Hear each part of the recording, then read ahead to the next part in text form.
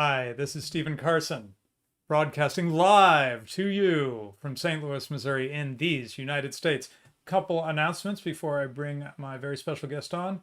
I'm on vacation for the next 3 weeks. Thought you should know. And so the show will take a vacation. I figure I'm just going to take a vacation from everything, my regular job and the channel as well, and come back fresh and ready to rock. Probably nothing will happen while I'm gone, so it'll be fine in terms of current events, right? um, Peaceful departure from Afghanistan, everything will be fine. Uh, Please do support the show on Subscribestar. If you go to our description, you will see that we have a link to support the show. You can buy merch that Mad Merc designed. You can support the show through Subscribestar, which is a great way to do it. If you are a supporter, in fact, and you send tips, which is the Subscribestar version of Super Chats, I try to read those first generally, because I really want to encourage people to support us through Subscribestar. Most people do that for $5 a month, so it's not a big deal, but it makes a big deal to us. It a little bit from a lot of people starts to add up and help me buy the new machine I have to buy pretty much now-ish to replace the machine I've been using, which doesn't quite cut it for the show, as you'll notice various issues, technical issues, which will be solved with some some bigger iron, Okay, so what else? That's it. Let's all right, let's bring on Ryan Turnipseed. Hello, sir. Hello, how are you? Very good. And guys, let us know how each of us are sounding. Sometimes it's a little hard to tell. I look at the levels and everything, and then you guys tell me someone's quiet. So, okay. Oh, that's weird. Now I'm in the wrong place. Here, I'll fix that. There we go. Okay. Kind of. That's better. Sorry, got distracted. So everything was off for some reason. Okay, so let's see. Today is Econ Minis. We are doing something that, with the help of the Mises Institute's very good suggestion, is related to the some of the happenings of the day, namely the withdrawal of the United States after 20 years from Afghanistan. We're going to not talk very specifically about that, but come at it from an economic angle that I think you will find interesting. But first, let's go to another, one might say, aspect of U.S. imperialism, which is the dominance of the dollar. So going to our first article, getting right into it. Here we go. So this is from Peter St. Ongi. Oh, and I need to share the article. Links are in the live chat as we discuss articles, so you can look at them yourself.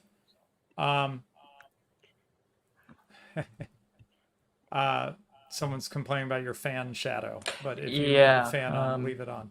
I don't want you to be it suffering. Is about 95 degrees, and Yeah, that is okay, my only source of cool. We'll live with the fan shadow then. Okay. All right. So Peter St. Ongi, as you'll see if you look at the article, I'm going to kind of skip those bits. He does write for the Mises Institute quite a bit, but the name of this Substack is called Crypto Economy. So he likes to focus on cryptocurrencies, Bitcoin in particular. So, as often with Bitcoin guys, there's a little bit of Bitcoin salesmanship that slips in, almost whatever they're writing about. But I'm going to kind of skip that bit and focus on what I think is interesting for us, which is, we've talked about this before, but you've heard of the idea of the US dollar having a sort of hegemonic position globally.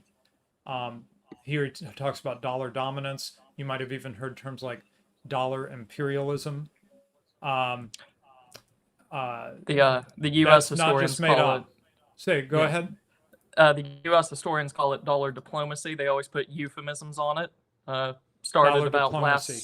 at the start of last century is about when that began. Taft was the president. wait, under Taft. Okay, can you give us a little taste of what that was Yeah, like? so Taft succeeded Teddy Roosevelt. So Teddy Roosevelt laid the foundation to start not necessarily invading places, but heavily influencing their governments with money, like diplomatic pressure, things along those lines. The policeman kind of view of the United States on the world stage. Taft liked that idea, but he didn't like having to be so overt about it. Hmm. So at this time, the United States economy was, or we'll get into what that means exactly. In the minds of U.S. historians at the time, the United States economy was big enough that it could, just by economic power, influence neighboring countries or countries in the Americas. That's exactly what Taft did. He used the dollar, just the fact that we had the dollar, to influence other smaller countries. So South America, Central America, places in the Far East. Just the fact that we had the dollar, he used that as a leverage. That's the very simple overview. Right, and in particular, it's the elites, the ruling elites have found it beneficial to keep the dollar in a sort of supreme position, right? Which Yes. means, as we discussed in a previous show, fending off competing currencies. Now, generally, of course, that means in modern times, that means currencies of other states. Now, of course, we get into like something like Bitcoin, which is a sort of a new ball game, right? Could Hmm. the hegemony of the U.S. dollar be threatened by Bitcoin? That's part of sort of what Peter's up to in this article here. Um, but um, but what he claims here, as we'll see, is that there are costs to maintaining the dollar dominance, and there's benefits for some, and there's costs to others. Okay, so um, so he okay, so this has got a we could come up with like 24 phrases for the same thing. Here he often Yeah. uses the term reserve currency status. It means the same thing. It means that the dollar is the dominant one. It's the one that it's the currency that banks in other countries will actually keep some U.S. dollars. Um, Famously, China holds on to a lot of U.S. dollars, and Yeah. there's fear and trembling if China ever decided, you know, we don't want all these dollars and got rid of them, then there would be trouble for, uh, well, for dollar hegemony, for dollar as the reserve currency, right? But as it is, oil is sold in dollars. Middle East oil is sold in U.S. dollars. Central banks around the world hold U.S. dollars, et cetera, et cetera, right? That the U.S. dollar has this dominant position, but it's not by accident. And the U.S. definitely does not just assume it'll keep having it; it fights tooth and nail to keep it. Um, so, Right. uh, so we spend trillions to maintain hegemony, including paying billions to dictators, starting endless wars. That's what someone from the Human Rights Foundation says. Right. Um, then we but then it hurts regular Americans because it keeps the dollar overvalued. And what's the effect of that if the dollar is overvalued? It means that it's hard on exporters. So um, that is, I'm sorry, I'm trying to, I always get the polarities confused when I think about imports, exports, and the strength of Uh-huh. currencies. So let's think this through. If you have a good way of explaining it, go for it. But see, Well, dollar I had strong. a I had a different sort of conclusion to draw or parallel. It Okay. sounds like there's a giant bubble surrounding the value of the dollar, and people have recognized it for once. And instead of just trying to deflate the bubble as harmlessly as possible, they're just inflating it in hopes that it won't ever pop. Is what it Mm-hmm. sounds to me like this is. So Mm-hmm. with the strength of the currency, though, um, Right. So, okay, a strong U.S. dollar or an overvalued U.S. dollar, yeah. as we suspect it is, right, um, Hmm. is great when I, as an American, go as a tourist, for example, right? That means I go to Yes. other lands and I am like, wow, I can buy so much here. I can eat out every night, and I can have a personal servant. Well, that depends where you go, but um, you can do a lot with U.S. dollars as you go abroad. Um, the other side of that, though, is what they start by pointing out here as a downside, and that is when foreigners want to come and purchase American goods, that strong U.S. dollar is working against that, right? It's working against Yes. export of American goods. What does that mean? That's American manufacturing, for example, right? I want to Yes. start a factory. I want to make goods. I want to sell them around the world, and I want to bring American manufacturing back. And what do I find? People have to pay me what to them in their currency is a whole lot of money to get these products from me. And so I find that in the international market, I'm at a disadvantage in selling for dollars. Sound about right, Ryan? Yes, that does sound right to me. And it's worth noting this is only a currency problem. There's this. It's particularly infuriating as the manufacturer because this is completely outside of your control. You could make the best product on the Right, market for the cheapest right, amount possible, and some government deciding the strength of the dollar by some arbitrary measure has now essentially taken you out of the market because by their central planning, the dollar is now worth too much compared to other currencies, which right. they themselves are often determined arbitrarily by their central banks. So now, this great product that I have as the manufacturer cannot be exported just because, by a convoluted measure, the government has ruined that opportunity for me.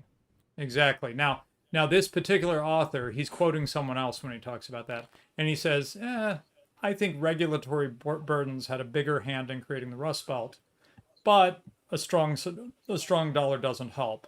So another way of putting that is we've got at least two factors that we're talking about right now, and I'm sure we could think of more. At least two factors that have eaten away at American manufacturing. One is that strong dollar making exports expensive to the rest of the world, Hmm. and a second is the U.S. government becoming more and more burdensome with its regulations. If you haven't been out in the work world, let's say you're a student or something, you may not have heard of such things as OSHA and the FDA. But I can assure you, Right. having been out in the real world and worked for a variety of companies in my career, that these things have real world consequences and increase costs and make it harder to be competitive because you've got to jump through so many government hoops to put a product out in the market. So that's the Yeah. other aspect here. But anyway, that And takes us away from inflation. I'm sorry, from dollar dominance and the price to people. So he says, it's regular Americans who pay for never-ending wars and blood, debt, and Patriot Acts packed with surveillance and police power. Regular Americans whose communities are gutted by uncompetitive exports, as we just explained. Federal mhm. bureaucrats and Fed employees eat well, no matter what tragedies befall flyover country. And there's actually a very simple way of looking at that, by the way. You can look at something like real estate prices across the United States and focus in on a little area around a little town called Washington, D.C., and some nearby, what's right near there? I've been there and I'm blanking. Virginia, right? It Yeah. borders it. Yeah. Virginia and Um, Maryland. Yes. Virginia, Maryland. Yeah, so there's parts of Virginia and Maryland that are effectively greater DC. People live there who Yeah. work in DC.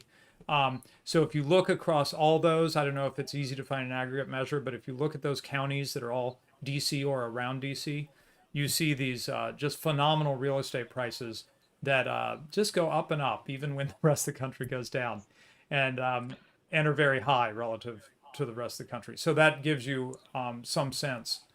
One rough and ready way to see how the center prospers while, you know, people in small towns get hooked on whatever that stuff is they get hooked on these days. Um, Right. Um, Also earlier, the language surrounding this. If you just a layman hear the word stronger dollar, you're mm-hmm. going to think that's going to be good for everyone using the dollar here in this country. But Good point. as we've already described theoretically, or in theory, by axiom, it's not. Right. So this is the language that most regulatory agencies surrounding the dollar will use when they're going for this. You don't want to oppose a strong dollar because then that means you want a weak dollar, and that sounds bad. Yeah, and But that means America will be weak. US won't be number one anymore. Right? exactly. So just look at kind of the language surrounding this. This is what a lot of regulatory agencies will do. Being as they're the ones regulating, they're kind of like the first ones making the attack here. They're going to just play the language game against you, the producer, so that they can regulate you. And if you try to oppose it, not only do they have the power of the government against you, but now they are also using language against you as well. And as we can see that here, if I advocate a weaker dollar by their measures, it's actually going to benefit producers in America on both a national and a global scale, because this will also have impacts on the internal trades as well, not just exports. So, like, just kind of look at how this is happening, and you can apply this across different fields, not just in the strength of the dollar. That was just a point I wanted to make earlier. Yeah, well, you're making a rhetorical point, right? Or I'm sorry, a point Yeah. of the manipulation of rhetoric, which is Yes. that the just sort of a trick of the language. When we talk about a strong dollar, people think of that as strong America and strong me or something like that, right? And they don't really get Yep. what's going on. Exactly. Okay, so to sum it up, reserve currency status is fantastic for the U.S. government and politically connected people of various sorts and companies and so forth and defense contractors, but it's a lot less fantastic for regular Americans. So he wants to walk through now the alleged benefits to reserve status, to ask what is a dominant currency good for. And it's not silly what Ryan brought up. I grew up hearing, we need the dollar to be strong, and I didn't know anything about economics until I was older, So I remember hearing some of this when I was younger, going, that sounds okay, good, I mean, I didn't know what it was really referring to when they said a strong dollar. So I just kind of went along with it. So I think it's worth it to go through Ange's step-by-step analysis of the claims made for reserve status and what that means to regular folks, right? Yes. Yes. Okay, so I think I was going to skip that because it's sort of a Bitcoin point. Okay, so reserve status, what is it good for? Reserve currency status for the dollar means you can print lots of scraps of paper, hand them to foreigners for useful things like cars or toasters, and the foreigners will bury them in the ground and ask for more. I think that's ripped directly from one of Friedman's talks, and I don't know if he ripped that from someone else, but I remember that almost verbatim from like a lecture of his. Right. Oh, well, the next sentence is good too. Let me just read. They do this, the foreigners do this because they believe dollar scraps will hold value better than other scraps, particularly the scraps they use in their home country. And that is, I don't totally understand how this works because Germany had a very strong currency for a while until they joined the euro. For example, they were famously conservative and didn't inflate the way that the Federal Reserve did, the German central bank. But it seems like, I'm sure there are exceptions, but it seems like by and large, as bad as the US dollar has been managed, other countries seem to do even worse. So, before the euro, I traveled in Europe before the euro, and I remember being in Italy and buying things for, 13,000 lira, and it made you feel like a big man, and, you bought a candy bar, right? Or whatever, right? Right. So take this back kind of before the past few decades, take this back to when we really started dollar diplomacy, the 1910s. I believe you would say 1908 to 1912 is kind of when this really began as a formal policy. Look at other countries at the time and in the next couple of decades. The dollar it's still on the gold standard. FDR hasn't confiscated the gold, so it's all going mostly fine. For a few years, there's no Federal Reserve, so there is already a giant list of pluses for why you could use the dollars backed by gold. There's no Federal Reserve to just arbitrarily inflate it or hand it out to this and that politician. And other countries at the time aren't necessarily faring as well just because of their economic policies. The German Empire at the time was although it looks very conservative to us now, the Social Democratic Party had a large electoral dominance, and they often pushed through a lot of their economic policies, and they would continue doing that into the Weimar Republic. So when we get to that time frame, we've got the Federal Reserve, but we still have the gold standard. We still have, a few other things that make us not as risky. Weimar Germany, as you very well know, descends into hyperinflation. Italy, their currency isn't doing too well either. Most of Central Europe, I believe Czechoslovakia was the best currency there, but they couldn't actually do very much outside of their own country. They were kind of pinned in, if I remember correctly. I'm sure I'll be corrected later if that's not true. But just historically, the dollar has been one of the more stable currencies until you get to about World War II and the resulting Cold War. And you've covered that before, and I'm sure everyone else has heard loads of literature on that specific time frame. But that's why people were using this. If we just put that into the perspective of when it started, it was once upon a time a very good currency to use. Mm-hmm. Right, and then they fought and made backroom deals and all sorts of things to keep it in that reserve status, even when maybe it has not been managed so well, as it's become a little bit less attractive. Okay, so he says this is a great deal if you're the one printing the scraps of paper, but is it a great deal for Americans? So it's always so important to distinguish between the state and the people, right? I mean, this is sort of a fundamental libertarian distinction, is that you've got to understand that the state and the people are different. Yes. They're not the same, and their interests do not necessarily coincide, right? So the state is able to print these scraps of paper, Federal Reserve notes, buy these things from foreigners, but I'm not the one getting the Federal Reserve notes hot off the printing press, or it's not necessarily off the printing press, but you follow me. I'm not the one getting my bank account digitally enhanced, courtesy of the Federal Reserve System. It's the state and those close to the state that get those dollars first.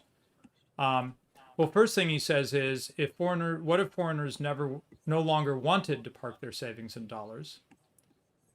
What would that mean? This would mean that all the new scraps of paper would stay in circulation rather than buried in savings in other central banks and so forth. And this would drive up inflation.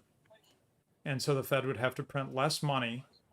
Otherwise, people would get angry about grocery and gasoline prices. That is, the Fed's increasing the money supply and it's being soaked up. If it wasn't being soaked up by other central banks and other various tricks they play, then it would go right into monetary inflation. Yes. And that is something that gets Americans' attention, as I recall, because I was actually around for the Jimmy Carter years. I was young, mind you, but I do remember. And world historically, certainly compared to hyperinflations, it wasn't that big of a deal. But boy, did Americans act like it was the end of the world. They did not like that inflation at that time. Right, and it's a recurring theme. I'll bring up fuel prices on this show, and that's because if you're an American, that's going to get your attention, because America's a big place. The cities are designed with the idea that you're going to be using a car to get to places. Yep. You're going to be filling that car up on a regular basis. That's a lot of money for a very vital thing, just with how the cities are laid out. And look at the two scenarios here. The one where the dollar is still the reserve currency, the Fed is still just making money, trading it for goods or other benefits for themselves. And in the other one, where the dollar is not the reserve currency, And the Fed is still doing the same thing, getting the attention of the public and its outcry, but they're still getting the flow of benefits to themselves. In both cases, the Fed is still getting the same benefits, usually at the expense of you. The only reason they will stop in the second point is because you have now noticed, and there's a lot more of you than there are of them, just as a rule. And even if if it doesn't go to that far of an extreme, they're not going to be sitting in that chair for very much longer. They're not going to be reaping the benefits. It's going to be someone else that replaces them. So, in either scenario, it's not some specific mechanism which causes them to stop the endless inflation, the endless diplomacy or imperialism. It's outcry. Right. That's a very important distinction to make here. Since you brought up fuel prices, Ryan, I'll just as a family man, I just realized I can help people who maybe aren't in the United States understand the significance of fuel for us in the way that you just described. And that's really easy. I think most people have a sense of how much a mortgage would be each month, say. And mine's not bad. I'm sure there's worse. My price of gasoline, that's paying for gas at the pump, because I put on a gas card, which I pay each month, so I know my monthly amount, is ends up being about half of my mortgage. So take my mortgage each month, divide by 2, and that's about how much I'm paying at the pump each month. Now, Yeah. that's 2 vehicles, my wife's and mine. They're not fuel efficient vehicles because we're trucking around the 8 children we've been blessed with, right? Mind you. But still, imagine the impact on us if prices at the pump double. Now I'm paying the same as my mortgage just on gas every month, right? Right. That's probably pretty staggering if you're from the UK or something like that to hear that that comparison. Okay, now, okay, so where does all this money go that they print? I talked about it being soaked up, right? So, oops, I realized that I have to scroll down a little from what I see to what is visible on the screen. Okay, there we go. Where does all the new money go? So, since the 2008 financial crisis, the US M2 money supply rose from 7.8 trillion to 20.5 trillion. So that's about 12.7 trillion in new money, about 13 trillion. 136% increase in just 13 years. This is staggering, by the way. If you look at the charts, it's crazy what's gone on in the last 13 years. It's not normal. It's a big deal. So who gets all the money? The Fed used 60% of it. So out of that 12.7 trillion, the Fed used about 7.3 to buy stuff. They bought government bonds and mortgage-backed securities, primarily. Okay. Let's see. Right. Oh, and they mentioned that it took their total mortgage-backed security hoard to 2.5 trillion, which is a substantial hunk of all mortgages in the United States. They're now owned by the Fed. You'd think that 2008 would have made people feel a little cautious about mortgage-backed securities, but I guess not. Okay, so in other words, we're just doing the same thing, but on an even greater scale now. I'm probably missing something, but it sure seems like that to me, that they're doing the same stupid things they did back in 2007, 2008. Anyway, so the Fed created 7.3 trillion of new money to increase government spending and to prop up mortgage speculators. So that's the bulk of it. But that leaves us another 5 trillion, because remember, there's 12 trillion altogether.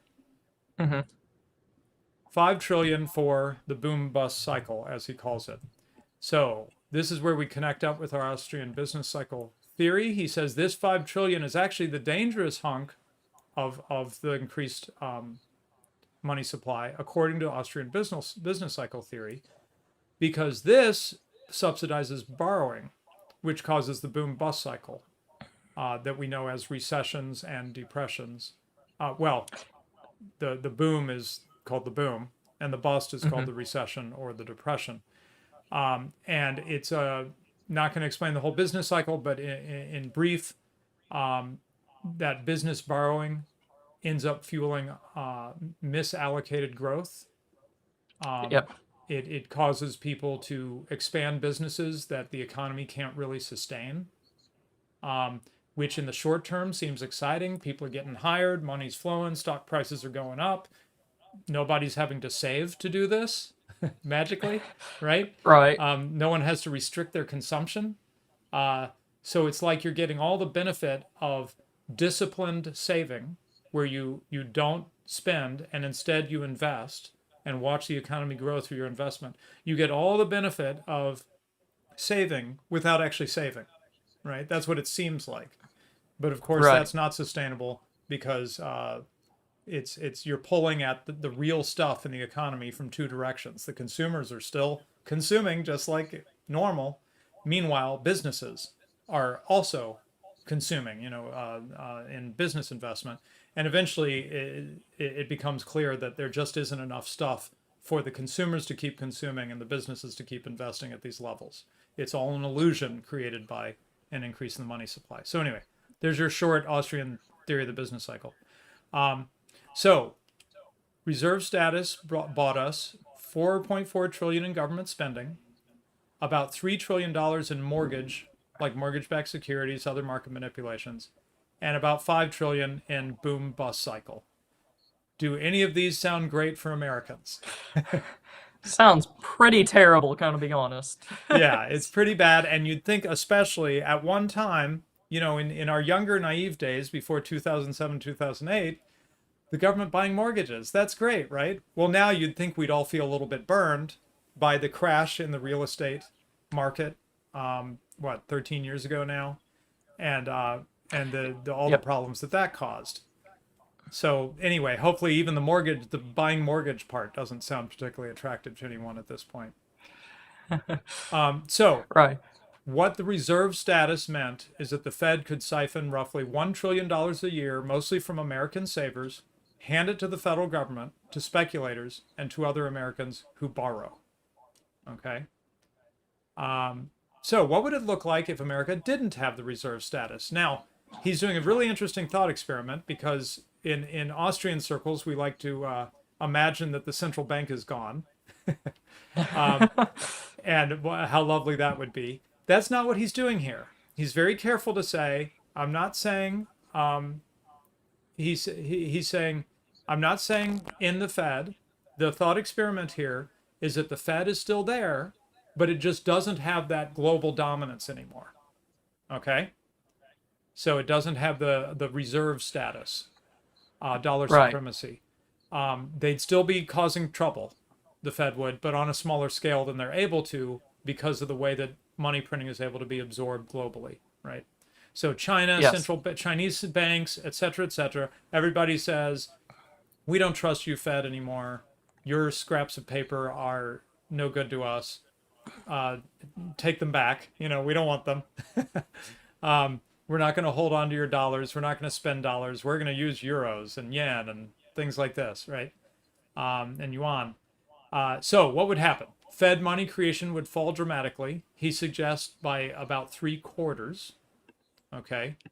The pattern of theft would probably be similar until we end the Fed, but the magnitude would be much smaller. So it would shrink the effect of the Fed quite dramatically. It would mean that the government would have to move more towards living within its means, right? Because remember, right now, Right. the government prints money, it sends it abroad and buys stuff. And, the other people hold scraps of paper. The federal government gets the stuff, right? Well, now the government would have to, more so than it does now, it would have to line up its spending priorities with what it can really afford to do, live within its means a little more. It also, as he points out, he says the U.S. today is unique both in its reserve currency status and the enormous number of wars it starts. Notice our clever segue into the big topic of the day here. Let's see, in fact, can we make this image bigger? I don't know if this gets any bigger. Oh, yes. Look at that. Let's see how it looks on the screen. Oh, it's a little bit, you can't see it cuts it off slightly. But anyway, hopefully you can read this. U.S. interventions since World War II.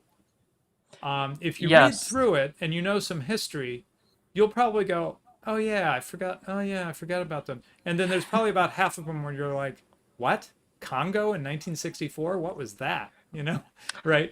And Yeah. so on and so forth. And Go ahead. it's worth keeping in mind that if you include the ones since, say, Teddy Roosevelt, for example, or William McKinley, since he Mm-hmm. really kind of started the foreign intervention, and we'll get to that eventually, this list could probably be about twice as long, with multiple Central American, Caribbean, and South American countries making the list maybe 3 times.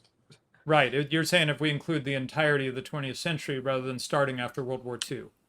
Yes. Right. Yes. Yeah. So war ain't cheap, as you may know, and we'll cover in more detail at the end of the show here for the final part of the show. So that's another effect.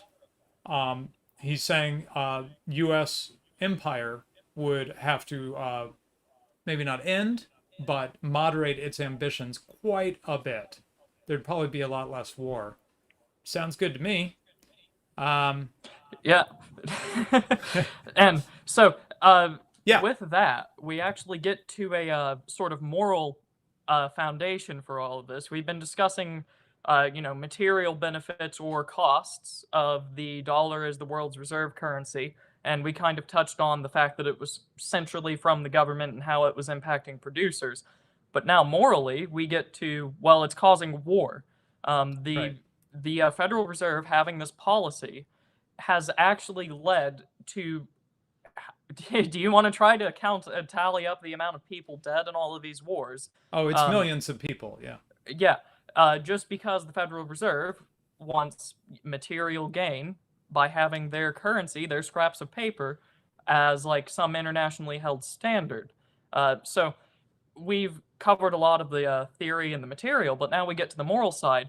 Right. This is killing millions of people Yeah. in the span of, I mean, just off of this list, millions of people in the span of a couple of decades. And Right. so this is the human cost in all of this. Yeah. They're not going to talk about that. Whenever the government regulators or spenders talk about human costs, they talk about things like welfare policies, which just end up compounding upon the bad effect that they were trying to fix. They're not ever going to bring up the fact that the dollar is the reserve currency, causes government intervention, war, coup d'etat, regime change, and all Yeah. this other stuff, which in Right. some of those that aren't the direct war will have knock on effects, which cause more war, more regime change later, more money going into it as like a sort of exponential growth function. And it's going to be killing much more people, not decreasing their living standards, though it's doing that for all the people in all these countries, killing them directly. Right. Uh, And let me explain the mechanism here in case the dots aren't connecting for you clearly. One way of looking at this is the notion of moral hazard. This is a notion economists have. mhm. Moral hazard is basically the problem you run into when um,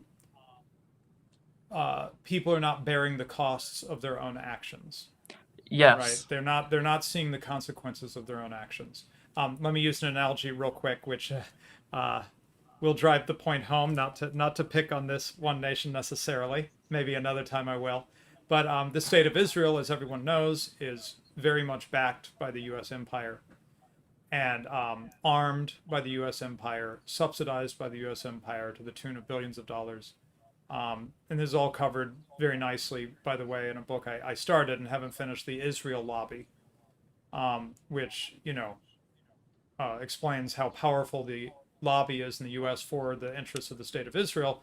And Yes. it starts out by just saying, let's be clear, Israel gets special treatment. If you don't believe us, we'll prove it to you. And they break it down in like one chapter. And by the end, you're like, I had no idea how much special treatment they got. Anyway, so what is the effect of that special treatment? Being backed by the U.S. empire, being funded by the U.S. empire, um, basically having the U.S. empire as a backstop. If anybody goes after Israel, they know that the U.S. empire will stand in their way, right? Well, it creates something Exactly. called a Yeah. moral hazard. That is, the state of Israel can engage in activities that it wouldn't have done otherwise if it had to face the consequences, right? Yep. For example, angering all its neighbors, say, or Mm-hmm. arranging for or watching and basically guarding while these Lebanese are slaughtering other Lebanese that the Israelis don't like, which is one of the Right. horrible massacres of recent times. Um, so it engages in immoral behavior, moral hazard. It should be called an immoral hazard, right? Uh, it Mm-hmm. engages in immoral behavior because it doesn't bear the full costs of its actions. It doesn't have to face the consequences. Well, that's a way to connect the dots here. The United States government is able to run this empire all over the world because uh, we don't really see the full costs. And we're going to get into that more at the end of the show and really spell it out.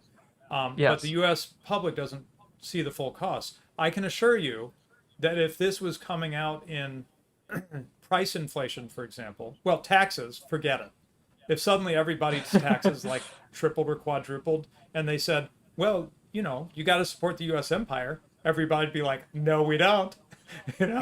Yeah. Like if we really saw the had this sticker price shock, right? Sticker shock, then it wouldn't happen. Similarly, price inflation. If they were not able to use inflation in such a way that the money supply gets absorbed in the rest of the world, and it just resulted in Carter levels of price inflation, or frankly, if we really saw the full effects of the empire, it would be worse than the Carter years. Mm-hmm. Again, Americans would say, no, we are not putting up with this kind of price inflation. Forget it. Why Right. are we doing this? Oh, well, don't you want to defend, women's rights in Afghanistan or whatever? And Americans would be like, not at this price, we don't. I'm just being blunt. That is what would happen. Okay, so hopefully we connected the dots there. So let's finish this up. So impact on inflation and exports. So losing reserve status. Again, we're back to this thing. The Fed's still there, but it doesn't have that supremacy anymore worldwide. Losing reserve status likely means a huge drop in the value of the dollar, perhaps by a third, going by how many dollars are probably overseas. That means the dollars would be put back into circulation that are currently being parked, and that would mean that an increase in supply, right, means Yep. a reduction in price. So the Yep. value of the dollar, the price of the dollar, so to speak, in other goods or other currencies would drop. We'd expect elevated inflation, lower purchasing power. The dollar would buy less. Paired, Right. to be fair, with possible improvements in export competitiveness, right? A weaker dollar would be a stronger manufacturing Yes. opportunity for the United States.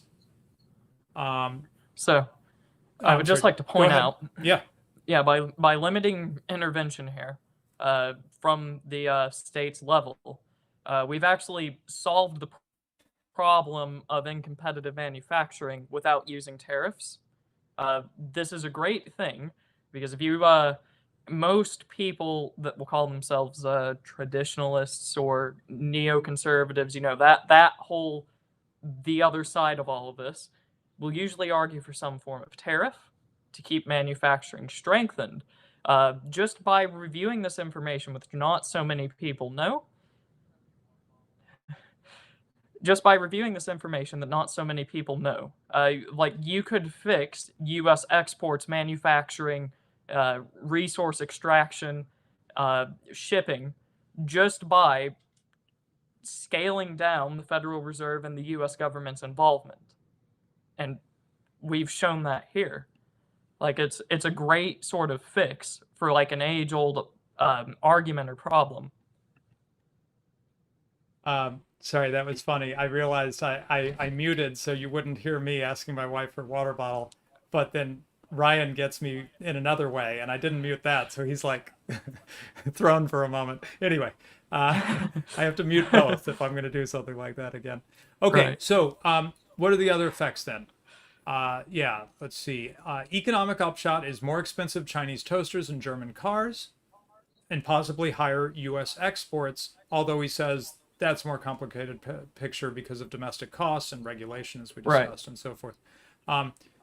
So longer term, American savers would receive higher returns on their bank accounts, while borrowers would pay higher rates. And he says this could have a nice effect, and that is improve America's pathetic 70-year erosion in our net savings rates. Now, I should have thought to pull these images up first and see how they'd look. There, okay, you can see that. Good. So net savings is a percentage of gross national income. This chart starts, it looks like roughly right after World War II, 46, 47, something like that. Oh, it Right. shows me. Sorry, 47. Yeah. It starts in 47, goes up to the beginning of 2021. And you can see that it fluctuates quite a bit, but what? The average for some decades is up there at like 10% for a couple decades. And Hmm. then it starts sliding around, let's imagine 1971, because we like to talk about that year in our circles. Um, it starts this long, slow decline to where we hit a low point in like 1994 or something, where it's now gone from around 10% to around 2.5% of saving. Savings has dropped to 2.5%, and then it fluctuates Right. quite a bit, and even goes negative at one point. And after the financial crisis, 2008 financial crisis, we actually see it go negative. And then it bops back up, but again, it never really. I mean, what? It's getting near 5% in 2015, but now it's coming back down. It's back down again. So anyway, overall, what is the picture? Americans were not bad savers. 10% is not bad. I've seen, like, the Chinese are known for really good, having good savings on their income. They're not Hmm. much better than 10%, as I recall. They're a little better Right. maybe, but not much. This is And Americans were pretty good savers through the first couple decades after the war. And then, man, we're pretty crappy probably worldwide at this point as savers. But that's because right. we're responding to incentives. I know myself. At one time when I was a kid, my mom was like, "Hey, let's, I'm a little kid, I got a little money from my grandma or whatever. Let's open a savings account, and you can see how much it'll earn, how much that money will grow." Well, I don't tell my kids to put their money into a savings account. They keep it in a glass jar in their room, you know? Yeah. And here's another thing. We're dealing with a graph here, and there's if anyone that's just taken a basic, like, just self-taught introduction to statistics and analytics, you will know that there's about 4,000,001 tricks that you can do to when you're presenting bad data or something like that to make it look not as drastic. Um, what's the starting point on this graph? Well, it's about, say, 1940 something. I can't quite see it. Um, It's 47. If you look at the top, you can see okay. the All right. starting So point. Yeah. 1947. We've already been through well over a decade of Roosevelt dictatorial economic rule. We have no clue how all of this could have fared before Roosevelt, and for that matter, before the Federal Reserve. These could have been even better if we just go back farther. We don't have the data to necessarily go off of that, but we do have theory. The incentives weren't there. Even starting in 47, there weren't as many incentives to not save. These could have very well been higher before this graph starts, which kind of puts this drop off as time goes on in an even worse light. Like, this slope could have been way higher in the negatives. Uh, just I just thought Okay. I'd point Sorry. that out. Yes. Thank you. Okay. So back to finish this article up. Um, So, conclusion: a loss of dollar reserve status would likely mean lower government spending, fewer wars, a temporary rise in inflation, to be fair, but improved export competitiveness. Longer term, it'd mean less redistribution of wealth from regular Americans to those people who benefit. A relatively small number of people, let's be clear. Um, and overall in America, much more focused on our own country and our own communities rather than trying to play world policeman. Why would nationalists, localists, small c conservatives care about results like this? I can't imagine. Okay, so let's move on to. We are going to get back to war and inflation after a short break to talk about stats. Okay, this is from Frank Yes. Shostak. I've been reading him for years. I find him particularly helpful in talking about the savings. The phrase I have in my head because of him, I'm pretty sure, is the real pool of savings. You could hear it a little bit as I explained the um, Austrian theory of the business cycle to you. Yes. There's real stuff that this money represents, right? and how it's being used, you can look past the games that are played with money and so forth, and you can focus on, okay, yeah, but how is the stuff actually getting used? Is the stuff we make getting shipped over and destroyed in wars? Is it being used by the government? Is it being used to advance the economy? Right? You can sort of the money is extremely important, but you can look past it a little bit and look at the real stuff. Anyway, so I just wanted to say that to pitch Shostak to you as someone to pay attention to on Mises.org. He writes for them regularly. Here's his article in the chat. You can click on his name and see more, a lot more. He writes for them a lot and has for years. But anyway, this is actually a more narrow point that is very interesting. Macroeconomic data is a tool for government intervention.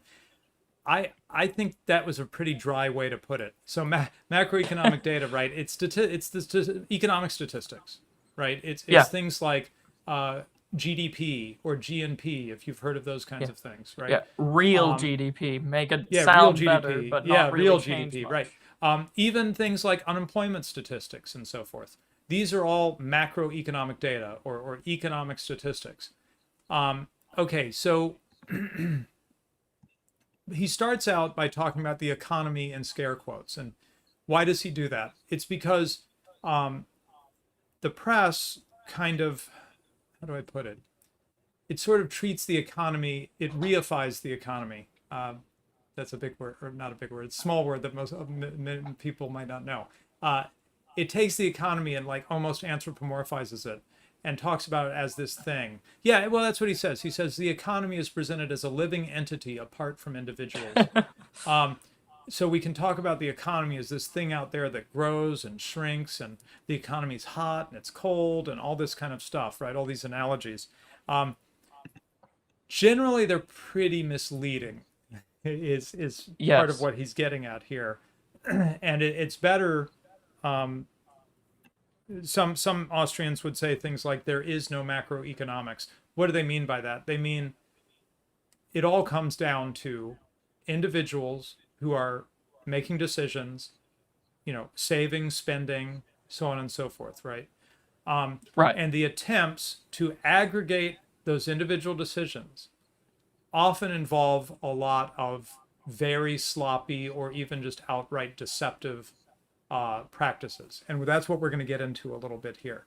So, for example, he says you lump the value of final goods and services together. And he says the government statisticians use this to concretize the fiction of an economy by means of the GDP statistic, right? Yes. Okay, well, we'll go ahead. A very good point is made just a few lines above that.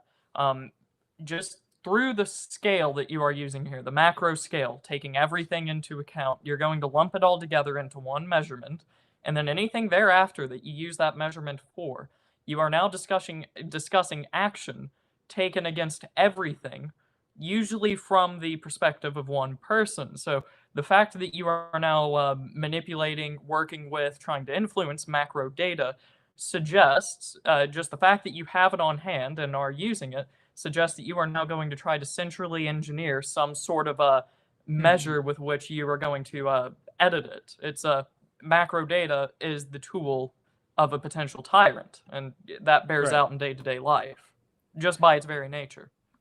Right. So first you sort of squish everything into these aggregate measures, and then you start acting in a way on everybody, because we've got to help the economy, right? And that means sort of doing something to everyone, supposedly scientifically, because you've got statistics, right, to back you up. Yeah. And it's as we know, it's all rule of scientists and trust the science bro these days, right? Yes. And okay, empiricism rules. Let's see. Right. So Rothbard I remember reading Rothbard on this. I probably know exactly the article he's quoting from here because it really opened my eyes. Okay, so Rothbard, he says, bureaucrats as well as statist reformers, in order to get into the situation that they are trying to plan and reform, they must obtain knowledge that is not personal day-to-day experience. The only form that such knowledge can take is statistics. Statistics are the eyes and ears of the bureaucrat, the politician, the socialistic reformer. Only by statistics can they know, or at least have any idea about, what is going on in the economy. So he says this is suspicious right away because we, we've been taught to not trust anecdote, right, Ryan? I mean, I'm not the only Right. one, right? Yeah, and they will hammer that into you starting in the early years of a public school. Just because Right. you experience this does not mean that it is actually true. Don't trust your lying eyes. Don't trust We your have lying eyes. Yeah, we have data here that says that actually the opposite is true, or something like that. It's a very good tool for the government to use to hammer into your children. Don't trust your own experiences. Yeah, Exactly, you aren't right. the only one.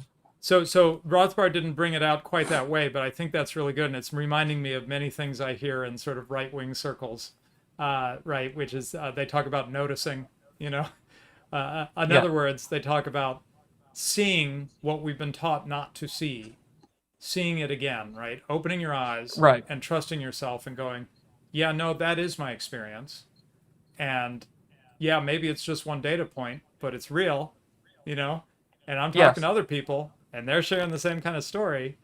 So maybe our reality has something to it. And the statistics you use to tell us what reality really is, maybe they're just a game and a trick, right? Yes, exactly. Yeah. So anyway, okay. So then Rothbard says, if the government were deprived of all knowledge whatever of economic affairs, there could not even be a pretense of rationality in government intervention. That is, because there's these statistics, they can put up charts and graphs and talk learnedly about, well, we've got to do this because, lines got to go up or whatever. He says, well, what if we got rid of statistics? We outlawed them, right? Like, think of the, what's the thing in Dune, Ryan? The Butlerian Jihad, where they outlawed Yes. the machines, right? Well, let's imagine Yes. if we had a similar thing. We realized that statistics were the ruination of us, and we made it illegal to gather statistics. This was a crime now, right? He says, the absence of statistics would absolutely and immediately wreck any attempt at socialistic planning. Why? Because it could no longer have that pretense of science about it, or that pretense of rationality, right? Yes, and here's something else. The only people, or actually, I'll preface this. In like the first action used with all this data, the only people using it are bureaucrats, regulators, the state, the Federal Reserve. All of these things that we know are morally bad. These are the people that are going to be using this data. If I start a company in literally anything where I produce something and just go sell it to people for a profit, the very basic idea of a company, I don't need to know what the gross domestic product is or the real gross domestic products. I don't need to know what the unemployment rate is. Right. This stuff only exists in the minds of government regulators, and the fact that they're the only ones interested in it is the reason why any of us have to even care about this. Because if the government's going to start making regulations or actions based off of this data, now if I've managed to be particularly successful and have expanded my business, now I have to watch out for what the government's going to do in regards to these macroeconomic statistics, because they might do something that will impact my production or my selling. So the existence of these statistics in the first place, being used by the government, is the only reason why they matter to literally any normal person. Right. And let me just No one cares about the GDP otherwise. Yeah, let me share from the article to underscore what you just said. He says, do we need to know about the economy, in scare quotes, in a free market environment? In a free market environment, free of government and central bank interference with business, it does not make much sense to measure and publish various economic indicators. This type of information is of little use to entrepreneurs. That's just what Ryan was saying. In a free market environment, what possible use can an entrepreneur make of information about the growth rate of GDP? How can the information that GDP rose by 4% help an entrepreneur succeed in his business?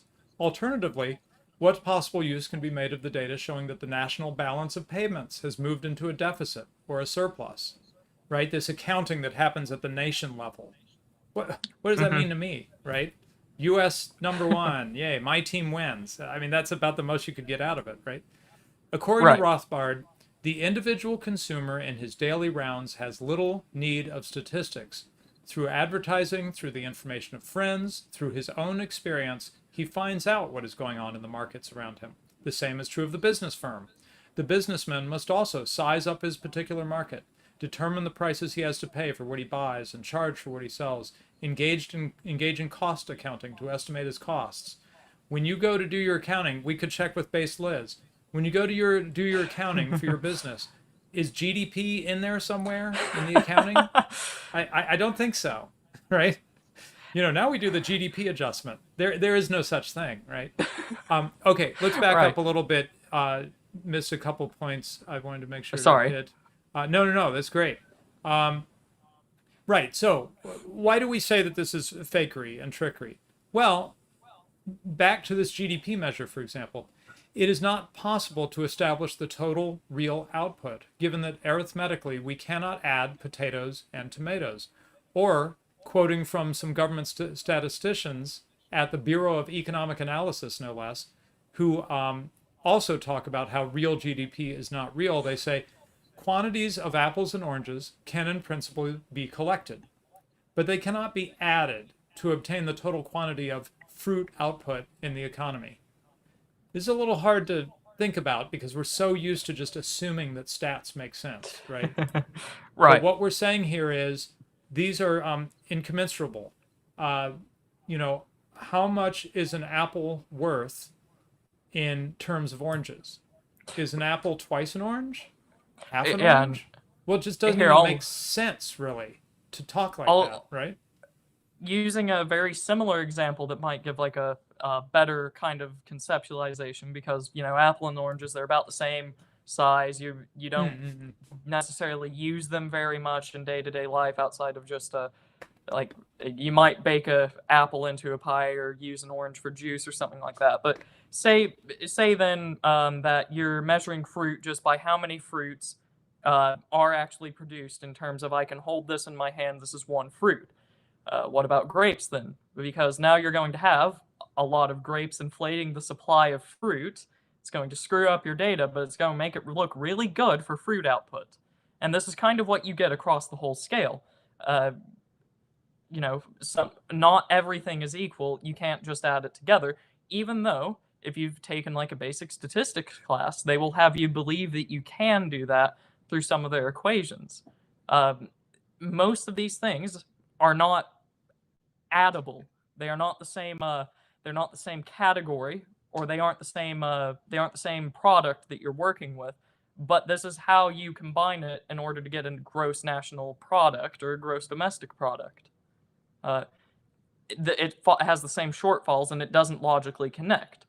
In any sort of mathematical field, if you go back far enough, you can derive like the very end of your equation through logical means by like a practical example. If I take one of this and then I obtain one of this, I now have two of this. Simple addition applied back to real life. You can do that all the way to the end of anything you can do after addition.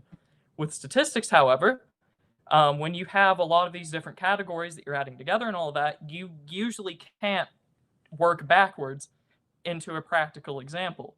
Right. Usually you have to make assumptions that are baked into the equations, and because it looks smart and you have people in nice suits on the television saying that it's good data, that you just assume that it's a good assumption, but most of the time it's not. Yeah, and it's quite interesting that he found these government statisticians saying that very thing, that the real GDP is not real, as they say. Okay, so we talked about the how stats aren't really needed for the entrepreneur. Or to sum it up, what an entrepreneur requires is not general macro information, but rather specific information about consumers' demand for a product or a range of products. Government aggregated macro indicators will not be of much help to entrepreneurs. So, to prevent the menace of the boom-bust cycle and economic impoverishment, there is a place to consider not compiling and publishing various so-called economic data, and as Rothbard said, and summing up with Rothbard's words, statistics, to repeat, are the eyes and ears of the interventionists of the intellectual reformer, the politician, and the government bureaucrat. Cut off those eyes and ears, destroy those crucial guidelines to knowledge, and the whole threat of government intervention is almost completely eliminated. Okay, any other comments to make on that one? Well, we can segue. What does the government then do with these statistics if they aren't looking too well? What if this country over here has this quantity or whatever that could be added to ours? We just need to get that first. Like, this is kind of the thought process of where it leads. You know, in terms of a resource output, you know, maybe foreign intervention might be on the table now. Right. So let's go to our big meaty thing here. I know I have this book. I don't remember if I went to this conference, but this is from Costs of War, which was is a book. It's a collection of conference papers. I don't know if the Mises Institute still does this. Oh, they're not. Wait a second. They're not even explaining that? Wait a sec. They don't mention. I know I saw that this was a chapter from Costs of War. Anyway, I'm quite sure this is a chapter from the book called Costs of War, which is literally just papers that were given at a Mises Institute conference. And they used to do this. They did a conference on a topic, had their senior scholars, some invited scholars, give key papers on the topic, and then it becomes a book. I was at the one about the reconsidering the presidency, something like that, and they gave papers on various presidents and the growth of executive power in the U.S. president and so forth. And then they put a book out. So I went to the conference, then I got the book later. So similarly, that is what this is. Joe Salerno, who's the senior economic advisor, anyway, he's the senior economist basically at the Mises Institute, and he's the one who works with the grad students and stuff, right? He directs like the research and so forth. He is really good on money and banking and things like this. So this is really in his wheelhouse. War and the Money Machine, Concealing the Costs of War Beneath the Veil of Inflation. I'm going to share that article in the chat right now. There's your link.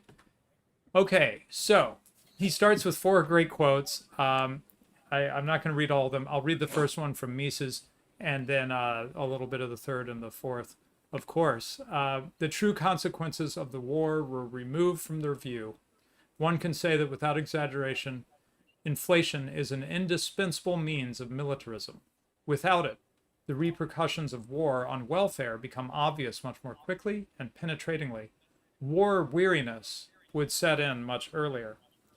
Now, war weariness may not sound like that much of a threat, but hold on. They've got a really good Joe has a really good historical example that he brings in. Sorry, I haven't looked at the screen. Make sure it's okay. Yeah, looking good. Okay, so there we go. Okay, and then the third quote is from Schumpeter, I think. The true costs of the war lie in the goods sphere, the used up goods, the devastation of parts of the country, the loss of manpower. These are the real costs of war to the economies. Like a huge conflagration, the war has devoured a huge part of our national wealth. The economy has become poorer. However, in money terms, the economy has not become poorer. How is this possible? Simply, claims on the state and money tokens have taken the place of stocks of goods in the private economy. And then finally, Joe starts with the great song, War. What is it good for? Absolutely nothing. And then I'll just quote the one line from it. War can't give life. It can only take it away. So, the enormous destruction of productive wealth that war entails would become immediately evident if governments had no recourse but to raise taxes. Okay, so the war starts, and the government says, let us imagine in more innocent days. I think this actually happened with kings in the Middle Ages and stuff. The king would say, hey, I want to do this war, and go to his nobles or whatever and say, I need some money from you to prosecute this war, right? Yes, levy a tax, yes. Levy a tax. War taxes, war taxes were a category of their own. In some cases, like in England, I think they would have to actually agree to it, right, Ryan? That sounds right to me, but I'm not an expert on English medieval history. Right. But anyway, the point is, it was quite visible. It's going to cost resources to do this war. I need those resources. I'm going to get them from you by raising taxes or whatever, right? Um, Mhm. that really limits war making because, the war goes on longer than you hoped. You go back to people, you ask your nobles for more war, you raise more taxes on the people, or both, or whatever. And eventually people start to be pretty unhappy, right? They are Yes. directly seeing the consequences of your decision to go off and do this war, which who knows, maybe they're a little excited about it at first, but as it grinds on and as it's costing them more and more and they're getting poorer, they get less excited about the war, let me tell you. But the government's ability to inflate the money supply at will permits them to conceal that destruction behind a veil of rising prices, profits and wages, stable interest rates, and a booming stock market. I can't tell you how many times in recent years people are like, well, the stock market's looking good. I remember Trump doing it. Like the whole economy's getting shut down last year, and he's like, well, stock market's looking good, though. Yeah. Okay. Yeah, that's not a lot of comfort to us, people who couldn't work and so forth. Okay, so the conduct of war requires that scarce resources previously allocated to the production of capital or consumer goods be reallocated to the raising, equipping, and sustaining of the nation's fighting forces. So the reallocation is going to happen if you're going to do a war. I mean, that's under any model you talk about, that reallocation is going to happen. The question is, how do you do it? Do you do it with direct taxation? Do you do it by literally grabbing people's stuff? Requisitioning is what it's called. Or Yeah. do you do it through slyer means, right? So the general result of doing this is a greater scarcity of consumer goods and a decline of real wages and civilian living standards. So the government goes off to fight a war, we're going to have less stuff and we're going to be poor. Okay? Yep. Now, this is the Austrian point, real quick. I don't assume everyone knows Austrian economics. So really quick, we talk about higher and lower stages of production. It's very simple. The Right. lowest stage or below the lowest stage or whatever is I go to the store and I buy something, I consume something. The stage above that it involves maybe a truck bringing that product to the store. The stage before that involves a factory where the product is made. The stage before that, they mine metal out of a mine to produce the metal needed to make the factory, so on and so forth. You follow. So higher order stages of production are more distant from the consumer good. Lower order stages of production are closer to the point where we just make the purchase. The consumer makes the purchase. So he's saying that war brings on a shift from the higher stages of production to the lower stages of production. Well, why is that a problem? An advancing economy, an economy that's mature, that's growing, that's developed. We talk about developing economies, developed economies. They have more going on in those higher stages of production. Why is that important? Because it's more efficient. When you can involve higher stages of production, you are able to do more efficient production overall. So I could explain that more, but hopefully you get the basic idea. So, as Mises points out, war can be waged only with present goods. And so the economy is going to consume its capital. Right. You can't fight a war with the idea that you will have this by this certain time. It's Right. happening in the present. Yes. Right. Present goods. So in the short run, then, the flow of present goods or real income in the form of war goods and consumer goods can actually rise. But as years pass and industrial and agricultural equipment is worn out and not replaced, real income inevitably declines, possibly precipitously below its previous peacetime level. So what's he getting at? I think I skipped too much. Okay. So initially, this capital consumption is manifested in the idleness of fixed capital goods that cannot be converted to immediate war production. For example, plant and equipment producing oil drilling machinery gets idled. And simultaneously, there's an overutilization of fixed capital goods that can be converted. So auto assembly plants now are used to produce military vehicles. but we also are trying to still make consumer cars. So we're trying to use the heck out of auto assembly plants while maybe some oil drilling machinery goes idle. Right. And And go ahead. this brings in a different point as well. You usually don't get this sort of analysis from any other school than the Austrians. The Austrians are very consistent with the fact that the market is very dynamic.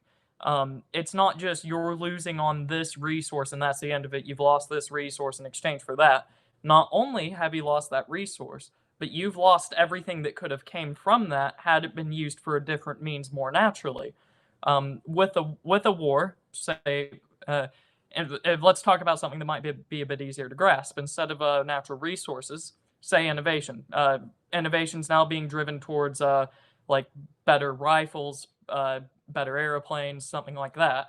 All of that innovation that you could have had things been continuing naturally, you now no longer have. You now just have better war equipment, better airplanes, better. You get the idea.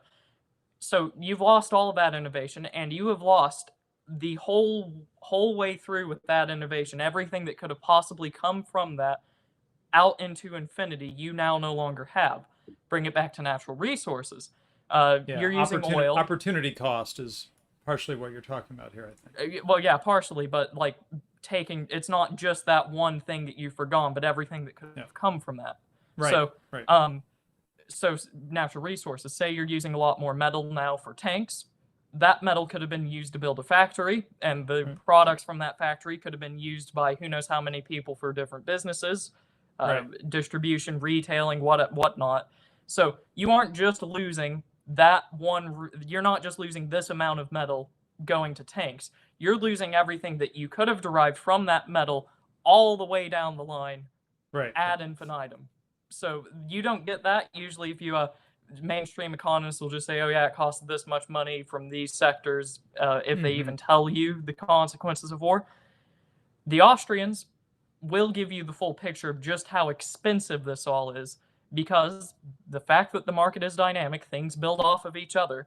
You have lost an inconceivable amount of development, innovation, material, who knows what else, just from the fact that you've carried out this action centrally. Right. And another way of putting it is that Austrians have a very strong sense of the structure of production. Yes. Right. Yes. And when you damage that structure, it has bigger consequences than just the thing that is right in front of your eyes, right? Yes, exactly. It's the unseen, you might say. The unseen, that's right. Okay. Right. So he's talking about here about capital consumption. That is, the economy is not static. Things fall apart. Things don't run unless someone supplies the material for them, tends the machine. Well, when you stop doing that, that's what happens in wartime. You shift away from some of that. For a while, it might not seem so bad because the factory's still working for now. But then you get to a point, and this happens in wartime. You get to a point where you can't get the parts to fix the broken machine anymore. And now one of your production lines is offline, right? That is, you start paying this cost of capital consumption, that you're not replacing the capital, you're consuming it, right? Right, and just might be a bit tangential, but if you're really just kind of extracting these resources out of the ground at an extremely increased rate, as you will in wartime, this doesn't just have an impact on material goods, but also the land itself. So not necessarily dealing with material or monetary costs, but the land itself is going to be taking a major hit from all of this, because now you've needed to expand mining operations, oil drilling, what have you. That does have an impact on your land, assuming that you have some sort of affinity for, the place you've been raised, your homeland. This has a cost there as well. Also doesn't get discussed by the people, the war hawks in Congress or what have you, trying to prosecute wars. So not only is it destroying your material goods, but also your land, and trying to consume ever greater amounts of material just to lose it in war. So Schumpeter, writing about the war economy, he says, the available means of production. Follow this. This sentence has the word production, well, 5 times. Anyway, it's funny. Okay. The available means of production are mainly used to produce as many goods for immediate consumption as possible. This is the war economy. To the detriment of the production of means of production. What are means of production? Machinery, industrial plants, things like that. Right. So that part of production that in peacetime takes up so much room, namely the production for the maintenance and expansion of the productive apparatus itself, decreases more and more. Okay, so that just goes back to that point that in a healthy economy, you are working at these higher stages of production. You have things that help you make things that help you make things, right? And those things have to be maintained. They have to be generally improved. Usually we're trying to improve them and so forth. All that tends to come to a grinding halt in the war economy. So that our poverty is brought home to us to its full extent, Schumpeter writes, only after the war. Only then will the worn-out machines, the run-down buildings, the neglected land, the decimated livestock, the devastated forests, bear witness to the full depth of the effects of the war. Yeah. Okay, now I'm skipping quite a bit. Let's see. Then from Mises, talking about capital consumption in Germany during the First World War. The German economy entered the war with an abundant stock of raw materials and semi-finished goods of all kinds. In peacetime, whatever of these stocks were devoted to use or consumption was regularly replaced. During the war, the stocks were consumed without being able to be replaced. They disappeared out of the economy. And this is an interesting thing that Joe highlights here. In a modern capital-using economy, at any given moment during peacetime, the aggregate value of resources devoted to production and maintenance of capital goods in the higher stages of production far exceeds the value of resources working to directly serve consumers in the final stage of the production process. So in 1982, total business expenditures on intermediate inputs plus gross private investment totaled about $3.2 billion, while personal consumer expenditures totaled $2 billion. So over 60% of the available productive resources outside the government sector were devoted to the production of capital or future goods, as opposed to consumer or present goods. So there's this whole big apparatus of the structure of the economy that is a lot of what we're putting our money into, a lot of what investment is being put into, which eventually results, obviously, in consumer goods, or there'd be no point. Right. But that, how do you put it? I'm picturing like the iceberg, You see this part of the ice that's above the water, but which is the consumer, the going to the retail store and so forth, right? Right. But then below the water is all this structure of the productive economy, the higher stages of production, the factories and so forth. And unless you happen to work in one, some of our viewers do, I know. Unless you happen to work in one, you're almost, it can be almost invisible to you. Things just magically appear on the shelves somehow, right? And that they're saying that's what tends to take a hit in wartime, and there's just a bit of a lag before everybody starts to really feel it. So let's turn to the financing of war now. 3 methods for financing a war. 1, taxation. 2, borrowing from the public. And 3, creating new money. And there are major historical examples for all of those. We brought up the theoretical medieval example of just directly taxing, saying, "Hey, I need this resource from you for this war." That's kind of that method. Borrowing from the public is how you, in theory, finance World War I from the American side of the war. War bonds, things along those lines. Right. Monetary inflation, is kind of how we've been financing the last war, which just ended, in theory. Just print money, throw it overseas. Hopefully it doesn't come back to here and lower the value as it enters circulation. It's that's kind of like your how you can kind of think about how that works if you need a more practical example than just the theory. Right, and then he does mention coercive requisitioning. That is where you literally confiscate material resources, and then of course this is a big one: conscript labor services, the draft, right? Right. And Yes. that's of course again been a historically big one. The British Navy was famous for the press gangs, right, Yep. where they would Yep. press people into naval service, Yes. kidnap them Often, effectively. yeah, often on international waters, or what Hmm. was the equivalent at that time, started the War of 1812 between the U.S. and Great Britain, but they didn't just do it to us; they did it to very many other nations. It kind of kept the British Navy afloat, if you will, Hmm. for that part of the for that part of its history. Okay, so let's start going through these. So, if strictly fiscal measures, fiscal means taxation, are capable of yielding Hmm. sufficient revenues to pay market prices for everything you need to do to conduct the war, why have belligerent governments almost always turned to inflation and to the direct commandeering of commodities and services? This is part of what he's going to explain. Why not just have everybody pay taxes? Well, I already talked about that a bit, right? If people really saw the full cost of war, they'd go crazy, right? Yes. Or, well, as he says, when the public is accurately apprised of its full cost, war becomes increasingly unpopular. And here's the great example he brings up. You may say, yeah, sure, people can be unhappy, whatever, but we'll all obey our government. No. Here's a great example. The movement for revolutionary defeatism, successfully fomented by Russia's Bolsheviks during World War I, is just one example of such mass resistance. And if you don't know the history of World War I, that took Russia out of the war. Yes.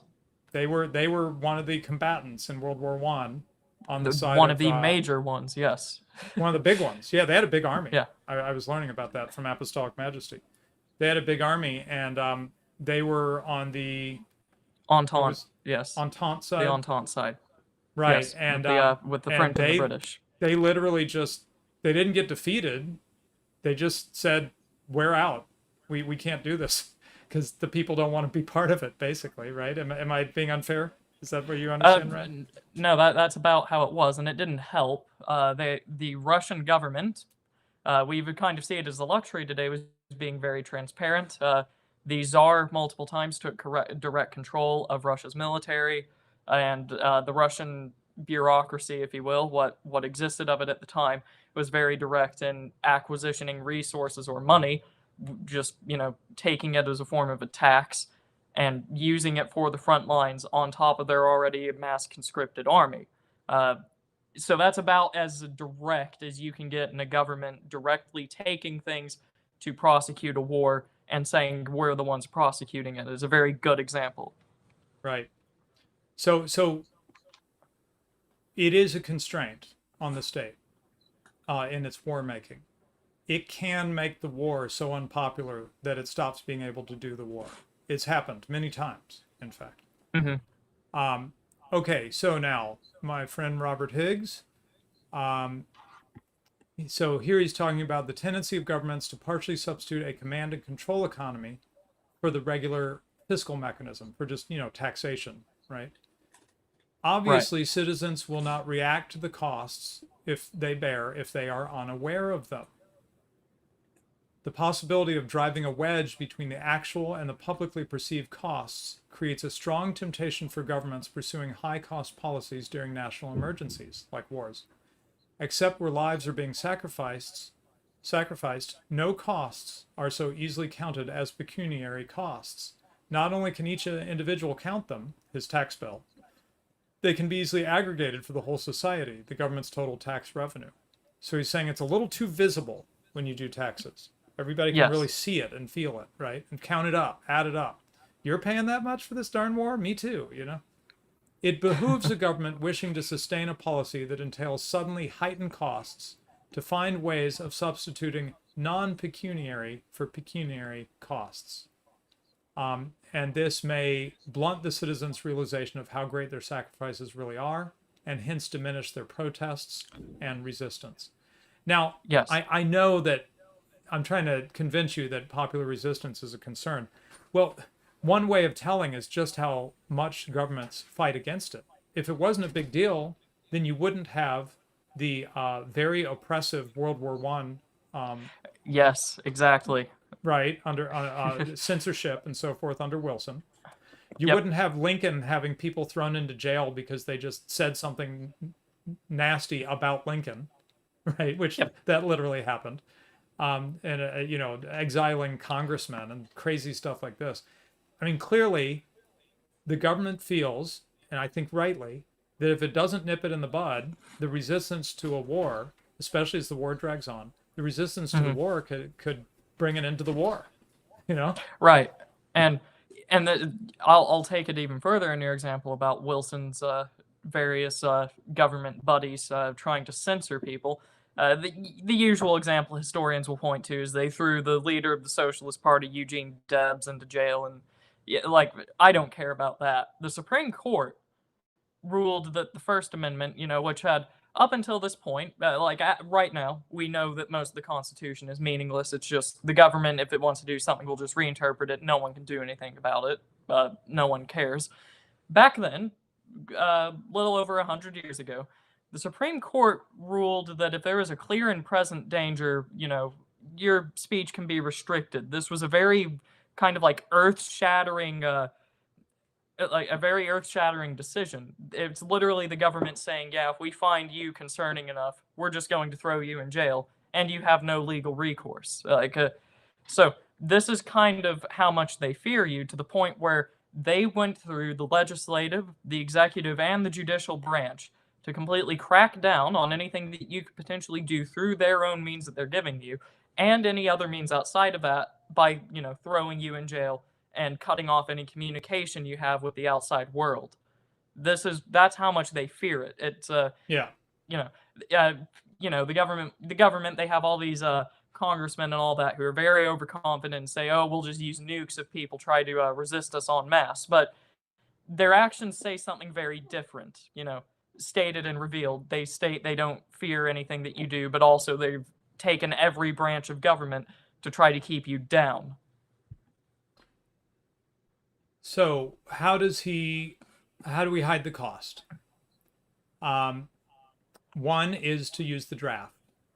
So you conscript, you compel people to serve in the military at Yep. wage rates far below market levels.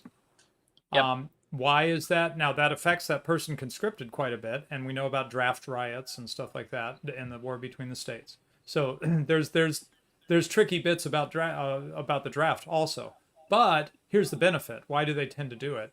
It's because that reduces the budgetary cost of war. If you pay market rates to get people to fight, now you've got everybody, the vast populace starts to see the bill for hiring the soldiers, right?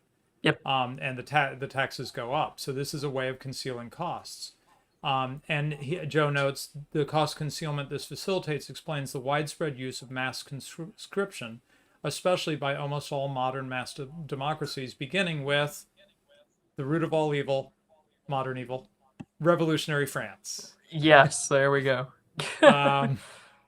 Anyway, we should probably do a show sometime on revolutionary France as the root of so many things since then. But anyway, you did that already, if I recall.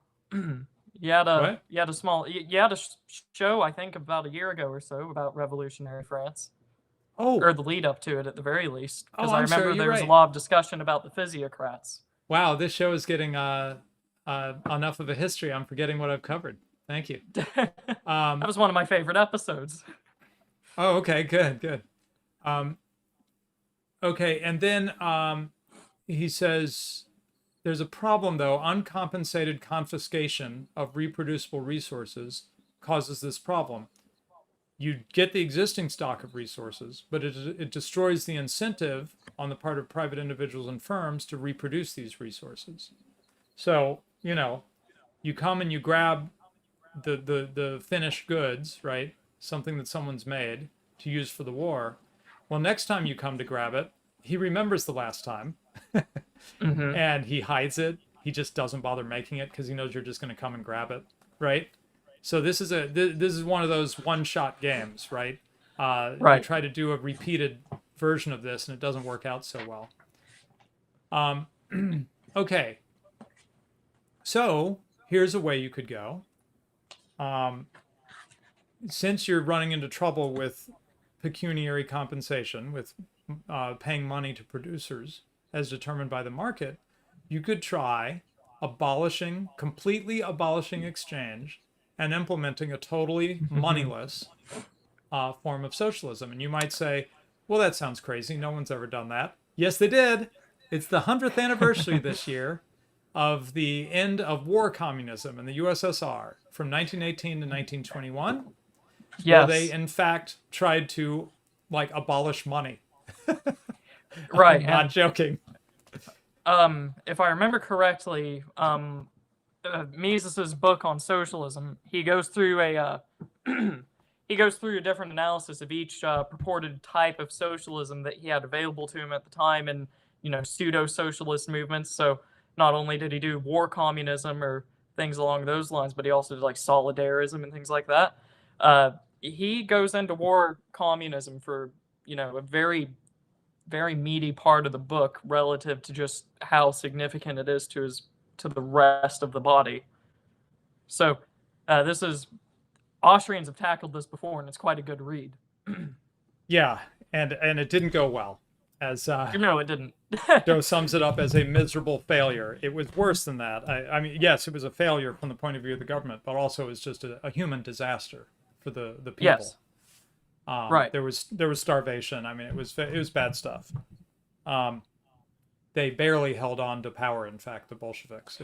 It was touch and go, because they had made such horrible economic decisions. And that left a. Oh, sorry.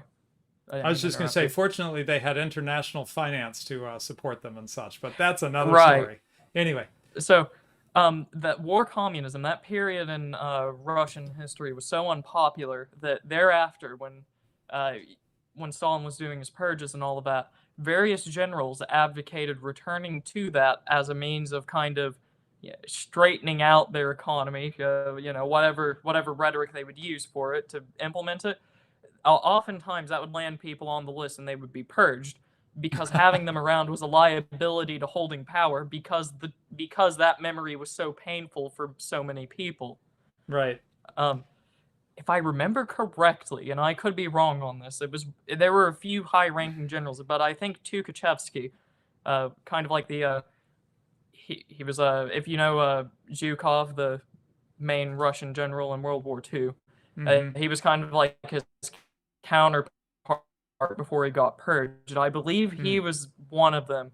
A list of other reasons why he got purged, but that was one of the reasons why he was publicly not as popular. He advocated returning to war communism. So that's just kind of how bad that went, that it had repercussions going for decades on after. Okay, so let's see. Okay, so yeah, he says governments of massive democracies did not go that far. They consolidated the power to issue money in the hands of their central banks. So within days of the outbreak of World War I, for example, each and every one of the belligerent governments suspended the operation of the gold standard.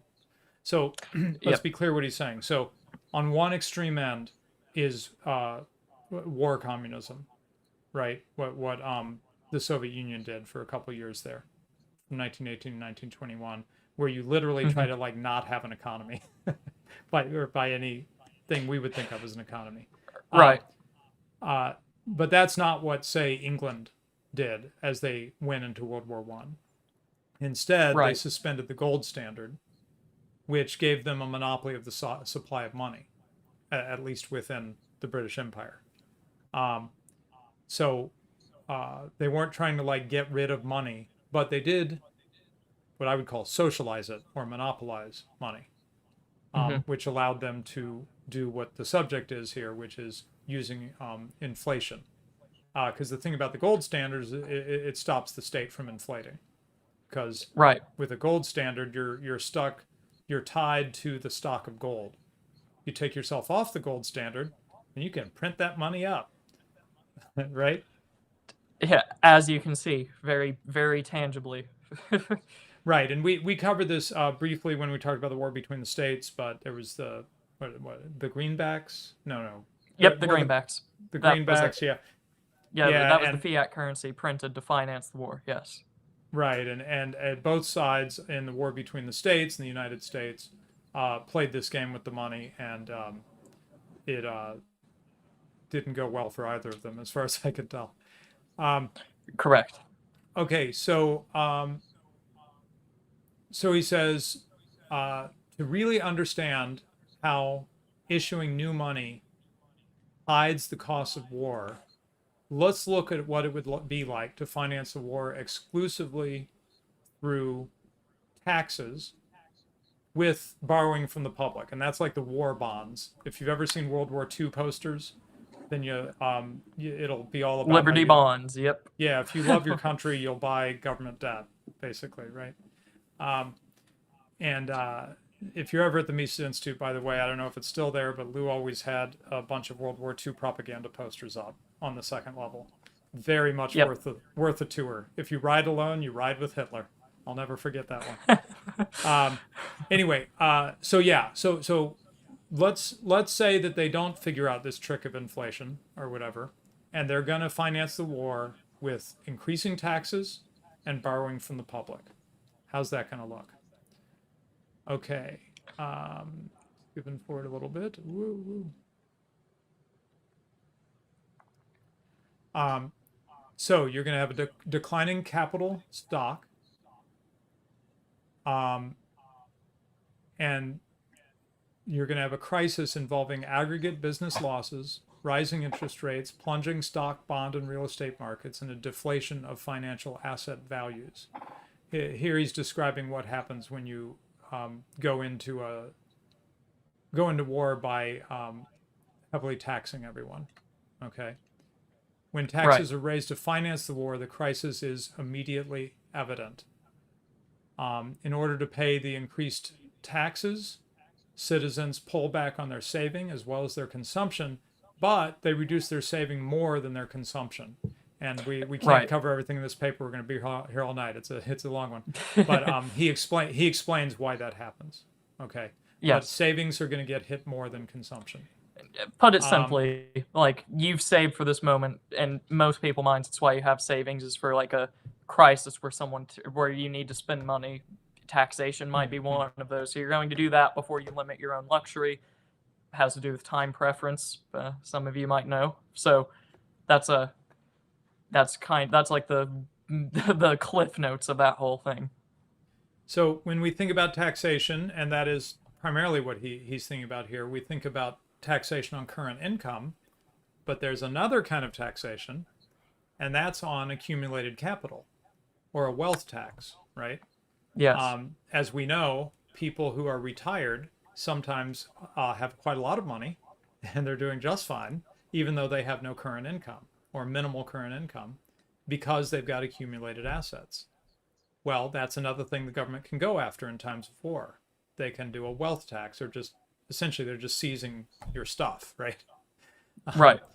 Rather than seizing part of your income, they're just seizing the stuff you have, the stuff you've saved up. And so, of course, that results directly in the consumption of capital, because that's literally what they're doing, is they're just grabbing your capital. Right. Okay, so all this results in discouraging business borrowing, dampening investment, and maintaining and reproducing the existing capital structure. So this gets us back to that whole issue of, the part below the water, the part of the iceberg below the water, right? This huge part of the economy that has to do with keeping the means of production working, and investing in them and so forth.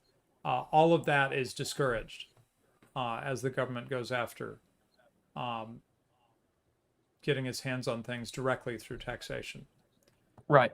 He said you'll get a crash of the stock market from the decumulation of capital decumulation crisis, a term you may have never seen before. I'm not sure I remember seeing it. So you get a crash of the stock market, a drop in real estate markets, would happen at the inception of a tax finance transition to a war economy. He explains why all this happens. The main thing to remember about stock markets is it's always forward looking.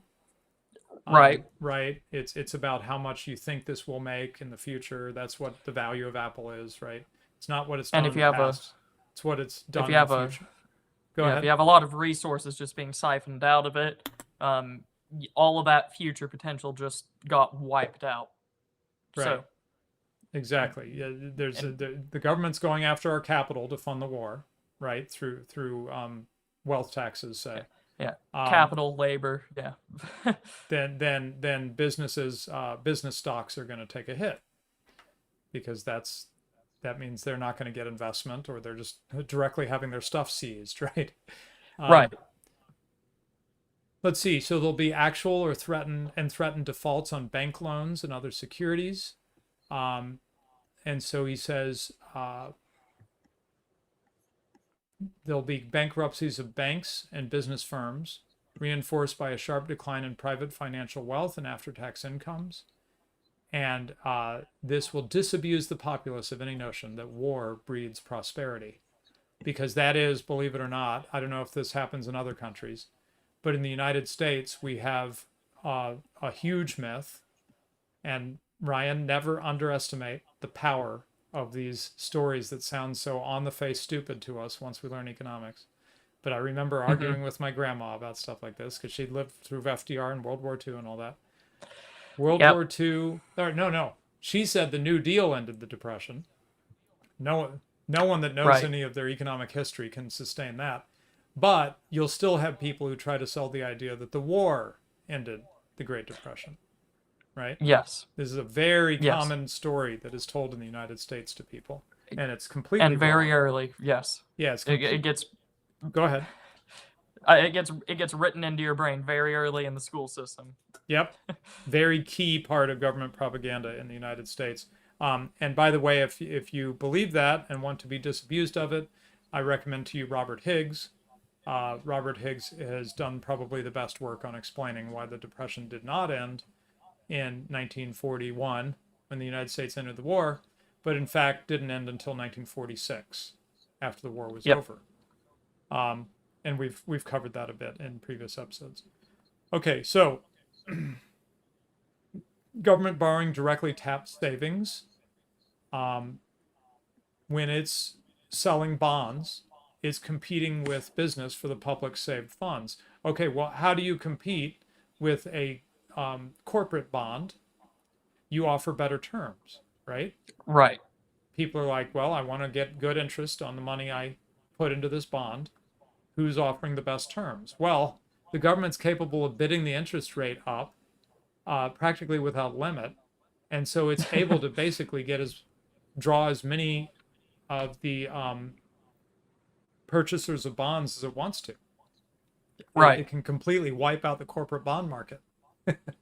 Right. Competing as an individual or a firm against the government is about the most unfair field you can play on.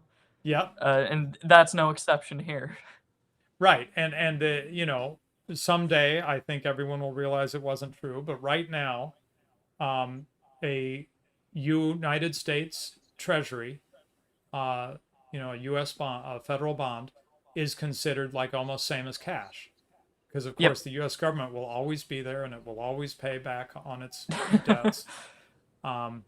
As we know, that probably is not the case, especially because the way it runs itself. But right.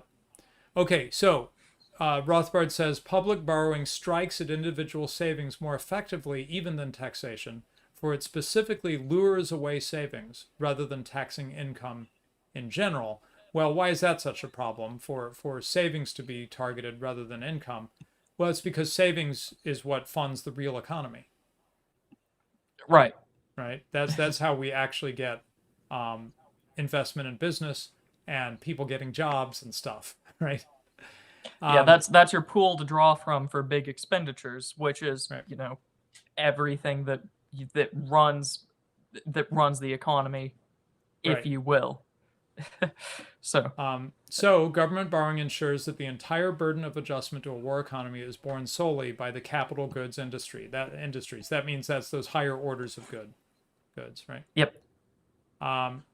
So, because it brings about greater capital consumption than tax financing does, government borrowing promotes a more severe crisis. So he's talked about the effects of taxation. Now he's talking about the effects of government borrowing. On the eve of the outbreak of World War I, between July 23rd and July 31st, and before the would-be belligerent states had gone off the gold standard and began inflating their money, panic selling forced the closing of all major stock exchanges from St. Petersburg and Vienna to Toronto and New York. Now, that's something I didn't know, and not something they hammer home to. They hammer certain things home to us, don't they, Ryan? We all know about 1929. Yeah. We don't know Yeah. about every stock market in the Western world shutting down. from war, nonetheless. Right. It's not Right. just, it's not a government caused thing here. It's a multiple government caused thing. It's not the United States government is at fault for this. It is literally all of them have gone to war with each other, and So, all of them have shut down at the same time. so he gets a witness here. He cites a witness from who was there, the British economist Ralph Hawtrey. He describes the initial stages, the initial stages of the World War I mobilization crisis and the frantic attempts of the government to suppress it. So what happened? The prospect of forced borrowing by the government on a large scale will stifle the demand for existing stock exchange securities. The disorganization of business may be so great that an almost universal bankruptcy can only be staved off by special measures for suspending the obligations of debtors, like the crop of moratorium statutes with which Europe blossomed out in 1914. So we've had moratoriums in this last year, right? Yep. Where you cannot, what's it called? A moratorium on, not foreclosures. On eviction. Eviction moratorium, right? Yeah. Okay. Well, they had a moratorium on debtors calling on people calling in their debts, because basically everything, the whole economy was going to get shut down, right? Right, and that's you're whenever like a government acts, usually it's going to force someone to go into debt to do it. Mm-hmm. And here the government's doing something, and to avoid that consequence, it's just saying, no, you can't collect that right now. It's not fair. I'm not ready. Right. So let's finish with Hawtrey here. A government indeed faced with a great war cannot afford to let half the business of the country slip into bankruptcy. And the embarrassed traders are propped up either by lavish advances granted them by arrangement or by a special statutory moratorium. So the government comes along, it's going to hit everybody with this government borrowing, and it causes a crisis. And then the government has to do something else to try to stave off the crisis, because the war is not going to last very long if the entire private economy collapses, right? Even the government, Right. Well, except for the Soviet Union, I guess, the Bolsheviks. Everyone but the Bolsheviks was smart enough to realize we can't completely have the whole economy collapse, or we're not going to get very far in this war. Right. To be fair, the Bolsheviks had pulled out of the war. So anyway. And to be less fair to them, they then proceeded to go to war with most of their neighbors. So right. Yeah, anyway, we could get drawn off onto that, which is a whole fascinating topic. Which, by the way, Charlemagne, when I was with him, he had been reading about the White Russians and was telling me stories about the Civil War in the after the Bolshevik Revolution, and how close the whites got to winning. In fact, yep, they were pretty close, but then international finance stepped in. Anyway, yes, all right. So, when undistorted by monetary inflation, regardless of the fiscal technique or combination of techniques employed, economic calculation clearly and immediately reveals to market participants, individually and in the aggregate, the enormous destruction of real wealth and decline in real income entailed in mobilizing for a large-scale war. So if you don't use inflation, everyone's going to see very quickly that those stories from World War I are instructive, right? It wasn't years later. Right away, because the stock market is factoring in the future, right? Right away, the stock market's collapsing. People are trying to collect on their debts. Banks are collapsing. Bank runs, right? So on and so forth. So you get the impact of this very quickly. So let's see. what else do I want to get to here? So, right. So now turning to inflation. While the effects of monetary inflation on economic calculation are not as manifestly devastating as outright socialization, at least initially, it operates insidiously to falsify profit and capital calculations. Oh, I know what I skipped over, I bet. I think he was talking about how, you do need some stability in the money. Even with like a gold standard, there's changes, but the changes are slow enough that they kind of don't matter that much. And Usually, in yes. fact, the 19th century, yeah, here he goes on to say that, yeah, the 19th century gold standard, a huge, mighty, and complex structure of capital goods was built up in the West in the 19th century on the gold standard. So, you can critique the gold standard. Our friends at WTF happened in 1971. Critique the gold standard and say Bitcoin's better than the gold standard. Yeah. Better than gold or whatever. But nevertheless, the gold standard gives us a real historical example of a money supply that did change because gold was mined. And so there was, what I forget what the historic rate was, 1 or 2% a year growth in the amount of gold in the money supply, right? Because gold was money at that time. But that's Right. not too bad. And everybody can like run their business and calculate and figure out what's going on with that kind of gradual thing. Monetary inflation throws the cards in the air. Okay. Now you've Yep. got problems trying to figure out what's going on. That is, economic calculation starts to be fundamentally compromised. So, when government operating through a central bank deliberately orchestrates significant fiat money inflation to pay for a war or for any other purpose, matters are much different. The resulting large decrease in the purchasing power of money, to the extent that it is not recognized and immediately adapted to in accounting procedures, will inescapably falsify business calculations. And so, what happens? It conceals the process of capital consumption during the early stages, at least. So we are consuming capital. We are using up or we're no longer maintaining our factories and so forth. That's really happening in real life. But if you look at the numbers, you don't see it because of the money inflation. Right. Right. And also with messing up, hold on, sorry, with messing up the economic calculation, just outside of money, outside of currency, you're going to have shortages elsewhere just because you cannot rationally distribute resources like you normally would under an untouched price system. So Right. it's the people that this is hurting the most, just through like basic shortages, usually of food, is going to be, the poorer people in your in the area affected. Right. So what do we get then with this inflationary trick, as opposed to what he described before, when it's just when you fund the war with direct taxation and government borrowing? So under modern conditions, inflationary financing of war involves the government monetizing its debt by selling securities directly or indirectly to the central bank.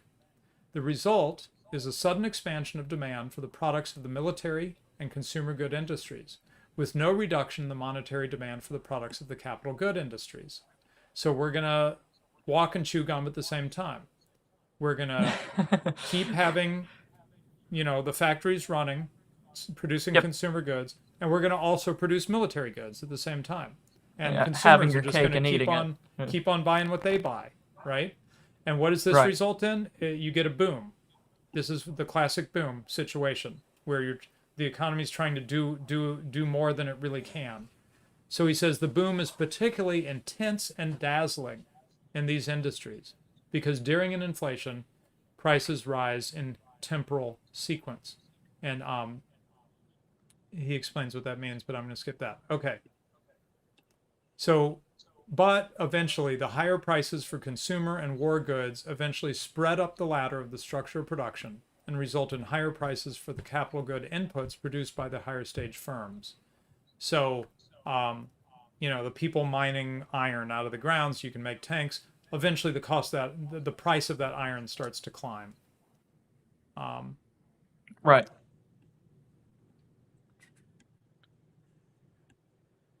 Yeah, and he says it appears he says war appears to breed universal prosperity. what he means, though, is I think under inflationary conditions, war appears to Right. breed universal prosperity, right? If they were just taxing, everybody would be feeling it. But because the inflation, Yeah. it produces an illusion. Hey, we're fighting a war and we still have everything we had before. It's great. Yeah, the economy's booming. Our production's never been greater. Don't look at the resource consumption that we're going to Right. run out of eventually. Don't look at the capital that's been misallocated. Don't look at just the actual material that's been misallocated. Usually, food. Once again, if you just look at the numbers, the macroeconomic numbers usually that we've just put in front of you to tie that back to the previous article, everything looks fine. Right. And then he says it's only possibly years down the road when it comes to replacing the plant and the factories, the machinery, right, at the much higher replacement cost because of the monetary depreciation, that the decline in their capital at last becomes evident. So it looks all right until you start trying to repair things. And Yep. the prices have gone way up, right? Because all this money is sloshing around in the wartime economy. And now you realize, oh, I'm in trouble. So Fritz Machlup, an Austrian economist who was friends with Hayek and Mises, he describes this during the First World War from the Austrian inflation. A dealer bought 1,000 tons of copper. He sold them as prices rose with considerable profit. He consumed only half of the profit and saved the other half. He invested again in copper and got several hundred tons. Prices rose and rose. The dealer's profit was enormous. He could afford to travel and to buy cars, country houses, and whatnot. He also saved and invested again in copper. His money capital was now a high multiple of his initial one. What he means there is the not inflation adjusted, right? But the nominal amount of money he had was, wow, I have so many banknotes, right? After repeated transactions, he always could afford to live a luxurious life. He invested his whole capital, grown to an astronomical amount, in a few pounds of copper. While he and the public considered him a profiteer of the highest income, he had in reality eaten up his capital. Okay, so now bringing it home here. What he's going to explain here is how war inflation inevitably leads to economic fascism. This is very, very much along the lines of Mises's middle of the road policy leads to socialism. I believe that's the name of a pamphlet or a booklet of his. It's a very similar kind of argument, but it's worth walking through the steps of how this works. So you've got the inflation of the money supply. It starts manifesting in a general rise in prices. He says the public can be misled for a while into believing that these price increases are the result of temporary shortages of essential materials. Or you can blame the war profiteers and price gougers. And history is... One of those sounds really familiar. what you... Temporary shortages and inflation. Yeah. Right. And then you probably know, Ryan, from reading history of war profiteers being... historically being like hung and stuff, right? They blame the war profiteers and they do something brutal to them in some cases historically. Yep.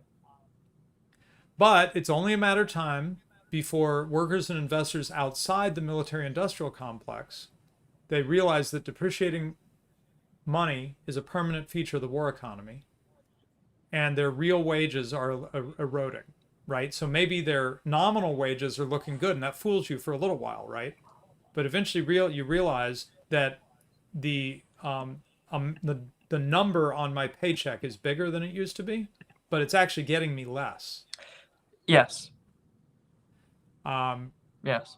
And so the government has to postpone the day of accurate reckoning of the costs of war. We got to have a catchier way to say that. The day of the accurate reckoning of the costs of war, right? So they're going to postpone it yet again, and so they implement price controls. And this is something we saw heavily in World War II. I'm pretty sure War Between the States saw price controls, if I remember correctly. Yes, it did. Yes, and especially in the Confederate States, yes. Especially in Confederacy. And then I think World War I, but I know less about that. You know? World War One had multiple rationing instances perpetrated by the U.S. government. It's where Herbert Hoover got his national fame, other than as rationing out food during the siege in the Leagate in Qing, China during the Boxer Rebellion. Right. He brought the same skills over to here, rationed out resources that had been essentially nationalized as part of the war effort. That itself is a form of a price control. Just instead of prices, it's literally just skipping that step and going down to just resource allocation. In World War II also had price controls on various goods and nationalization. And even afterwards, you might be very aware that Harry Truman, tried, and I think he succeeded in some cases in nationalizing the steel industry. Uh-huh. Yep. And And that also was on the the Korean piggyback War. of That was the Korean War. right, yeah, Korean War and like the start of the Cold War. So Yeah. one of those we aren't actually fighting in the battlegrounds yet, but still a war. Same measures being implemented, same price controls, rationing, government centrally controlled allocation. And so for those who have stuck with us through all this, I hope you start to see the power of economic understanding. What Ryan and I just went through was off the top of our head.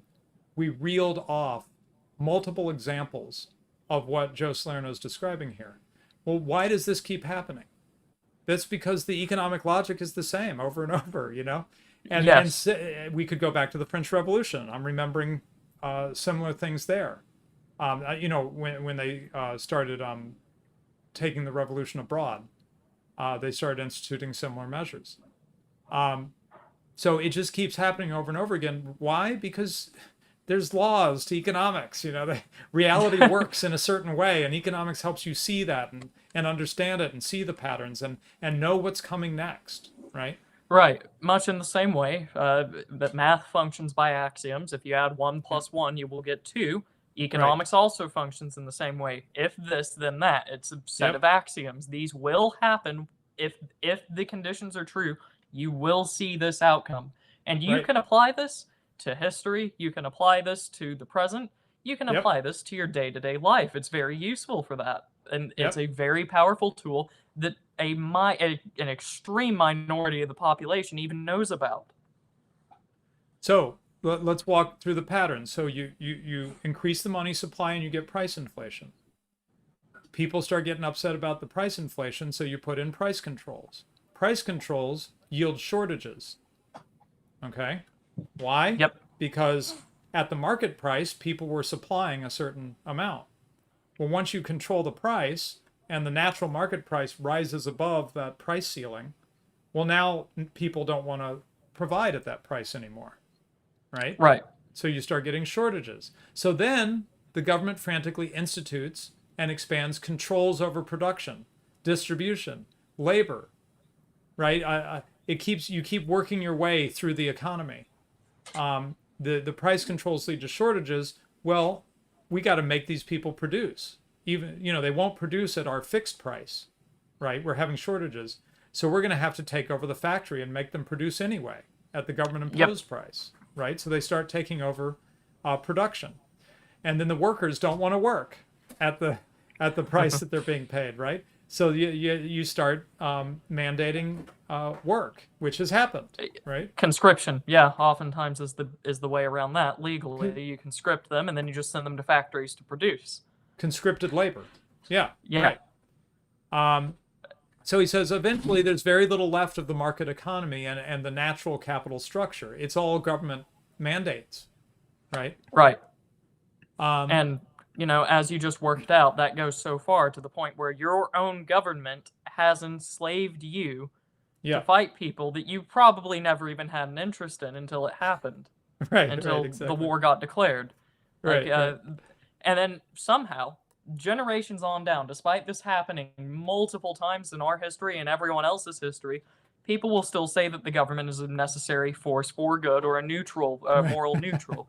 Despite the fact that at times it has enslaved the very people that think that it is a good force to work for it, to go to war somewhere else, to profit their own members. It's not profiting the guy at the bottom. It's profiting the politicians, the Right. like 4 war profiteers, though they pale in comparison to the government bureaucracy and the war hawks Right. and Right.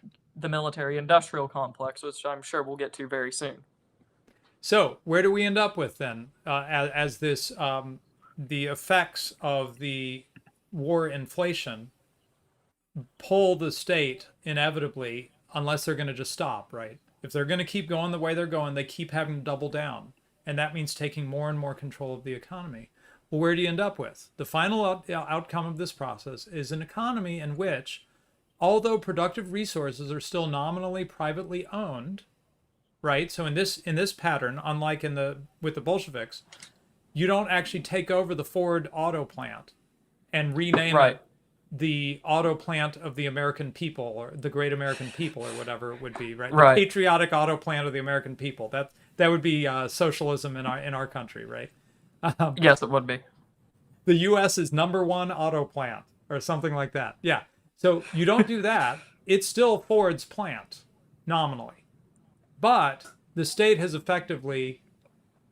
all the power to make the crucial production decisions. Ford's not really running his plant anymore. He's making what the government's telling him to make. He's charging the price the government's telling him to charge. He might even be paying his workers what the government tells him to pay his workers, et cetera, right? Right. Yeah, the difference between the Soviet Union and this war economy now is just how formal they're being. The Soviet Union, signed papers and publicly broadcasted, we own and control the production of this plant and everyone inside of it. The United States, that would be a very bad rhetorical bad PR. rhetorical propaganda point to use. So they aren't going to do that formally. They're just going to do it informally, which is just how the United States government operates on literally everything. Oh, it will look bad if we formally do it, so we'll just do it informally and ignore, anything else beyond that. So this brings me to a book that is the one way in which I believe I influenced Carl Benjamin, known as Sargon, is that I recommended that he read a book called The Vampire Economy by Gunter Riemann. And I know that he did because he talked about it over and over. He still brings it up now and again. And what was it? It was a book about doing business under Nazi Germany. And it describes a permanent war economy that systematically and madly consumes the capital, the very lifeblood of the host capitalist economy. Mm-hmm. And to enforce the compliance of its citizens in this painfully self-destructive course, an all-powerful state must be had. So the state has to take over more and more of the capitalist structure and turn it into a government-mandated structure. In the case of, as Mises called it, socialism in the German style, as opposed to socialism in the Russian style. You leave the stuff nominally in the hands of private owners, but you're really telling them everything to do. And as we learn in the vampire economy, you have to do kickbacks to politically connected people, and you got to grease palms, and you can't just sit there and run your business, right? It's all totally politicized. You're totally at the mercy of political creatures, right? Right. Yes, and oftentimes these creatures themselves aren't even, like, at least with the current system, it means very little, but at least they will have someone with some meaningless degree in front of their name that at least shows potentially that they've dedicated at least some time to centrally administrating the field. Like as I said, doesn't really change anything in the long run, but it's a bit of consolation. In these heavily politicized industries, however, and you're seeing this increasingly now, you don't get those people. You get, oh, this guy was politically expedient to appoint to this position. He centrally controls the steel manufacturing now, or something along that line. You're increasingly seeing it now. When the progressives first started their scientific governance, at the very least, they put people into these central positions that at least knew what they were talking about relative to the field. Yeah, right. They'd bring in people from industry. Yeah. So, well, you don't get that anymore, and you don't get that under this politicized system. We have the circulation between the industries and the agencies that regulate them, right? The regulatory capture. which I was hoping to talk Yes. about, but we're not going to get to that today. So, American journalist John T. Flynn, a very interesting person who you should find his books and read them. He says a bad fascism is a fascist regime which is against us in the war. A good fascist regime is one that is on our side. But as Joe says, all war economies are and must be, in the end, fascist economies. And then we'll close, I think. Is there much more to talk about? Yeah, we'll pretty much close again with my friend Robert Higgs here.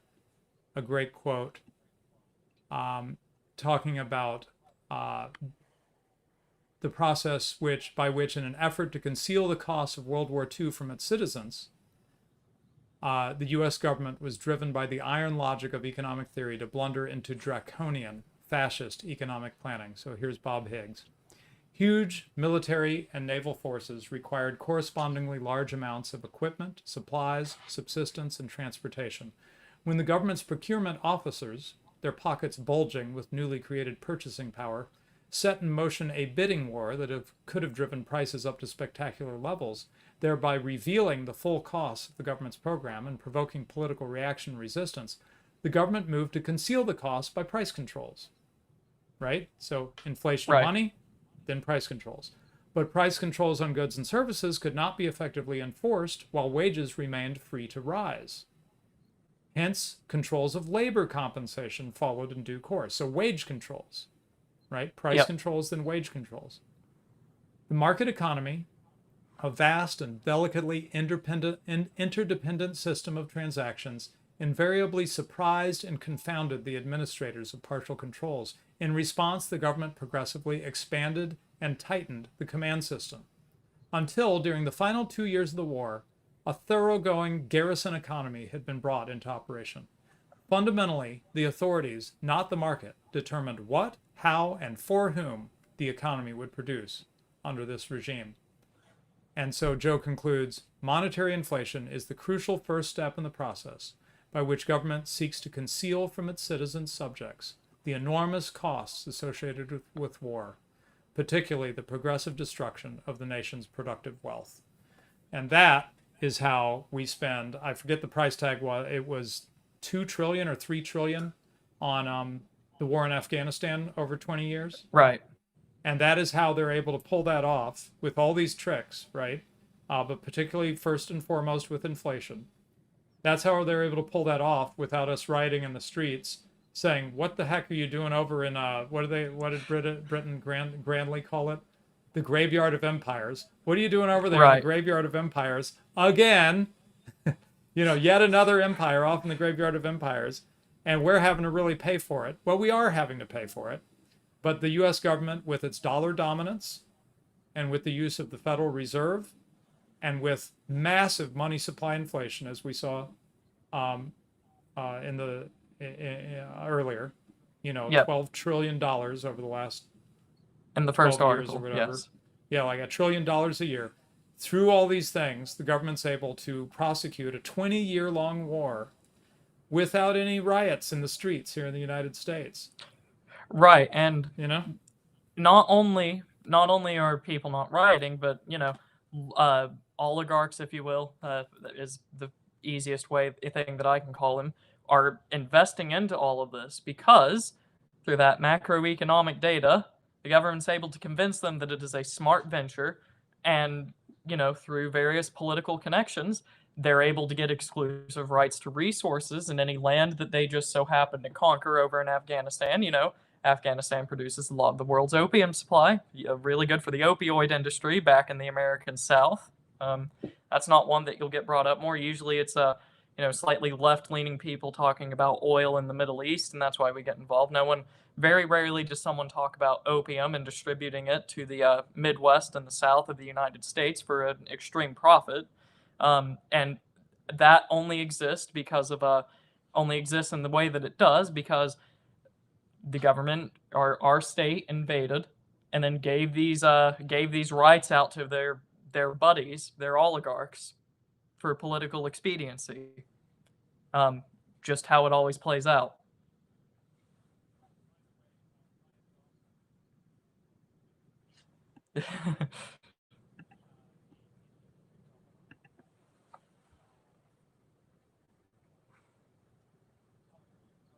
Right.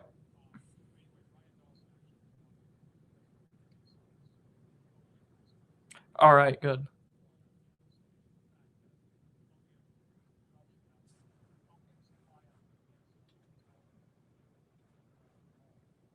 Right before we invaded, yes.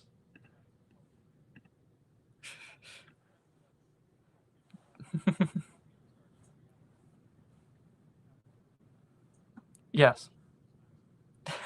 Wait, Complete I'm sorry. My coincidence. volume was off. I was muted. Oh, crap. Oh, were Sorry. you? Yep. Anyway, all I was saying is that Ryan Dawson has emphasized the opium aspect, opium supply from Afghanistan as part of this. Uh, yeah, Right. thank you guys. I So, see I was muted. Um, okay, so let's see. Okay, well, let's leave that. Go back to here. Um, I don't know if there's any final points we wanted to make. I mean, that's the main story, is to understand how. I mean, it wasn't just the U.S. that made it up, right? He's talking about World War One. He's talking about them getting off the right. gold standard, inflating the money supply back then. He talked about Um, it. It's been done before that, right? In the war between the states, but it seems like the U.S. has refined this, I would say, between the dollar dominance that it has globally at this point, plus the uh, the Federal Reserve. It seems like they've figured out all the angles. So it almost seems like they could just keep this going, prosecuting wars, covering it over with inflation, keeping Americans relatively feeling like things are fine anyway. You know, right. but I think economic theory tells us that they are not going to be able to keep all these plates spinning in the air, and maybe that's the reason that I don't know. No one quite knows why they finally left Afghanistan, but it could Yeah, be it's in part that they are seeing that they cannot keep going the way they're going. I don't know. if uh if nothing comes out on the withdrawal, I have a feeling that's going to be right up there with, like who shot JFK and why did they do it, kind of things like that. Why did they withdraw from Afghanistan the way they did? If we don't get any Oh, declassification, I have a feeling it's going to be right up there in the amount of speculation surrounding it. But that's a bit of a tangent. The only maybe. note. I think a lot of people are just glad it's over. Oh Obviously, well, yeah, the press has been on the Warhawk side. The obviously, whole yeah, time. The whole well, I guess for the week, is it been just a week now? Anyway, but yeah. The they've made it seem like it's been an eternity. That they're screeching about leaving. the press has to defend their family in the war industry. But Yeah. the only note that I would add to what we read, yeah, at the end of that article, it talks a lot about fascism, and anyone that's you know read into any sort of anti-fascism, kind of winces a little bit when just anyone throws out that term. If Right. you remember from the doctrine of fascism, it calls for a corporatist economy, not a capitalist, not a socialist one. In theory, a corporatist one where there is a confluence between state and corporation or guild. Yep. Um, this is what war economy turns into, at least in the Yep. West, because it's very unpopular to formally nationalize it and just put it under the state, which would be socialism under the ideas of the Bolsheviks. So instead, it stays in this sort of pseudo nationalization, not formal state, and it becomes a Yep. sort of corporatism under war economy. Right. This is how you can academically use the term fascist and not just be part of the anti-fascist mob. I believe it was put. Right. Right. Right. Yeah, exactly. Use another term if you're not comfortable with that term, or you feel like that term has too many confusing connotations. But it's socialism in the German style, if you like. It's nominal private ownership, but the government's telling everybody what to do. That's what it trends toward, is what he's saying. Um, Yes. Okay, so let's wrap up with one comment from Mickey. He says, as for Czechoslovakia, we did quite radical stuff with our currency here. We initially were in monetary union with other post Austro Hungarian states. We did not All like the right. instability of this union, so we created our own currency, went under the gold standard, and became very successful industrial economy. This is the interwar period he's talking about. And even Right. the probably biggest arms exporters in the world. Right. I'm not exactly sure how isolated we were in regards to currency. So they went on to the gold standard. So that's interesting. Yes. And then did very And well. something to, yeah, with their arms exporting, something that you might find that tied into another topic that kept coming up during the stream. They supplied a large part of the Russian White Army during the Civil War. Really? Both in equipment, but also with the Czechoslovak Legion, if I remember correctly, in terms of manpower and expertise. So, no kidding.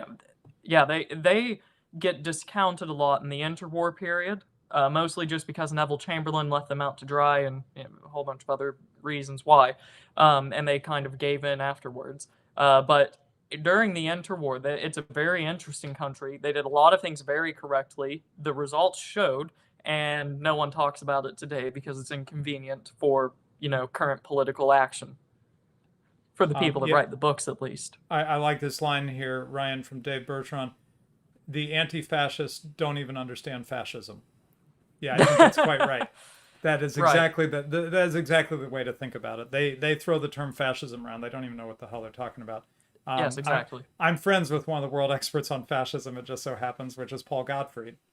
And he has a whole book on, was it Fascism, the Growth of a Concept, or something like that, where he talks about the changing use of the term fascism over the course of the 20th century, especially in the post-World War II period. So if you have an interest in that topic, I'd recommend Paul's book. Yes. And then, of course, Mises, obviously coming from Austria, having to flee the Nazis. He was the ultimate anti-communist, but he wasn't exactly a big fan of fascist economics either. And his analysis of both is, of course, value-free and very, very good, I think. And that's what Joe Slanter was drawing on in this article. I skipped it, but he said near the beginning, I'm drawing on the structure of production theory of both Mises and Rothbard. And that's what helps us to understand that progression from, first it's just inflation, so we can pay for the war. But then there's price controls and wage controls. How does that happen? That's something that you can understand as you read Human Action, Man, Economy, and State, and things like this. Yes. But anyway, I hope it was interesting. I don't know how to do these things shorter. This is complicated topics are complicated. Right, and the trend nowadays is to condense a very complex and something that you could get a lot of value of down into a sort of a watered down, very flashy episode and turn it into like pop history, pop science. I guess in our terms it would be pop econ, pop history, the confluence of the two. I don't necessarily want to do that because you end up sacrificing a lot of information and you don't get as much out of it. And, people go away unable to apply more of what they need to be able to apply. I kind of like having a deep dive into a lot of this stuff. Yes, and I would say that I had a thought and I lost it. Yeah, that Academic Agent has taught me that you can do a channel doing this kind of stuff because there are people, doing these kind of things. We're never going to be competing with Minecraft. Oh, well, yeah, definitely. Right. But that kind of doesn't matter. Because there's people who want this kind of output to be there, and we are getting support already from some of those people, and we'll get more as we catch the attention of more of them. I've had a request for some books. Let's see, I can't do too many, but Vampire Economy is one we talked about a bit at the end, and definitely something. Oh man, it's cheap. You won't feel like you were sucked dry if you buy this book. Okay. Personally, just like as a kind of good companion to what we went over, I'd recommend Ludwig von Mises' Socialism, a Sociological Analysis. That's a good point. Yeah. The two sides really of this, ties into, it really ties into what we covered today and expands upon it. Okay, yeah, here we go. Oh man, these are cheap. Both books I'm sharing right now, by the way, are only 13 US dollars. That's very good. So even with people with weak currency might even be able to afford this stuff. That's Mises's socialism, and yeah, I think I'll stop there. But I in the live chat I just shared Vampire Economy and Socialism by Mises, and they both give you great tools. And of course, one of the core features of socialism is that original paper which he incorporated into the book on economic calculation, the socialist commonwealth, and we covered that on an episode that I still am very proud of, called "By and Large is Impossible," where Yes. we explained the Mises's point about economic calculation and explained that it doesn't only apply to a socialist state, it also applies to something like by and large, a firm that tries to become like globe encompassing and buy all other firms. Even that is Right. also impossible. It runs into the same problems a socialist state runs into. Anyway, so look up that episode.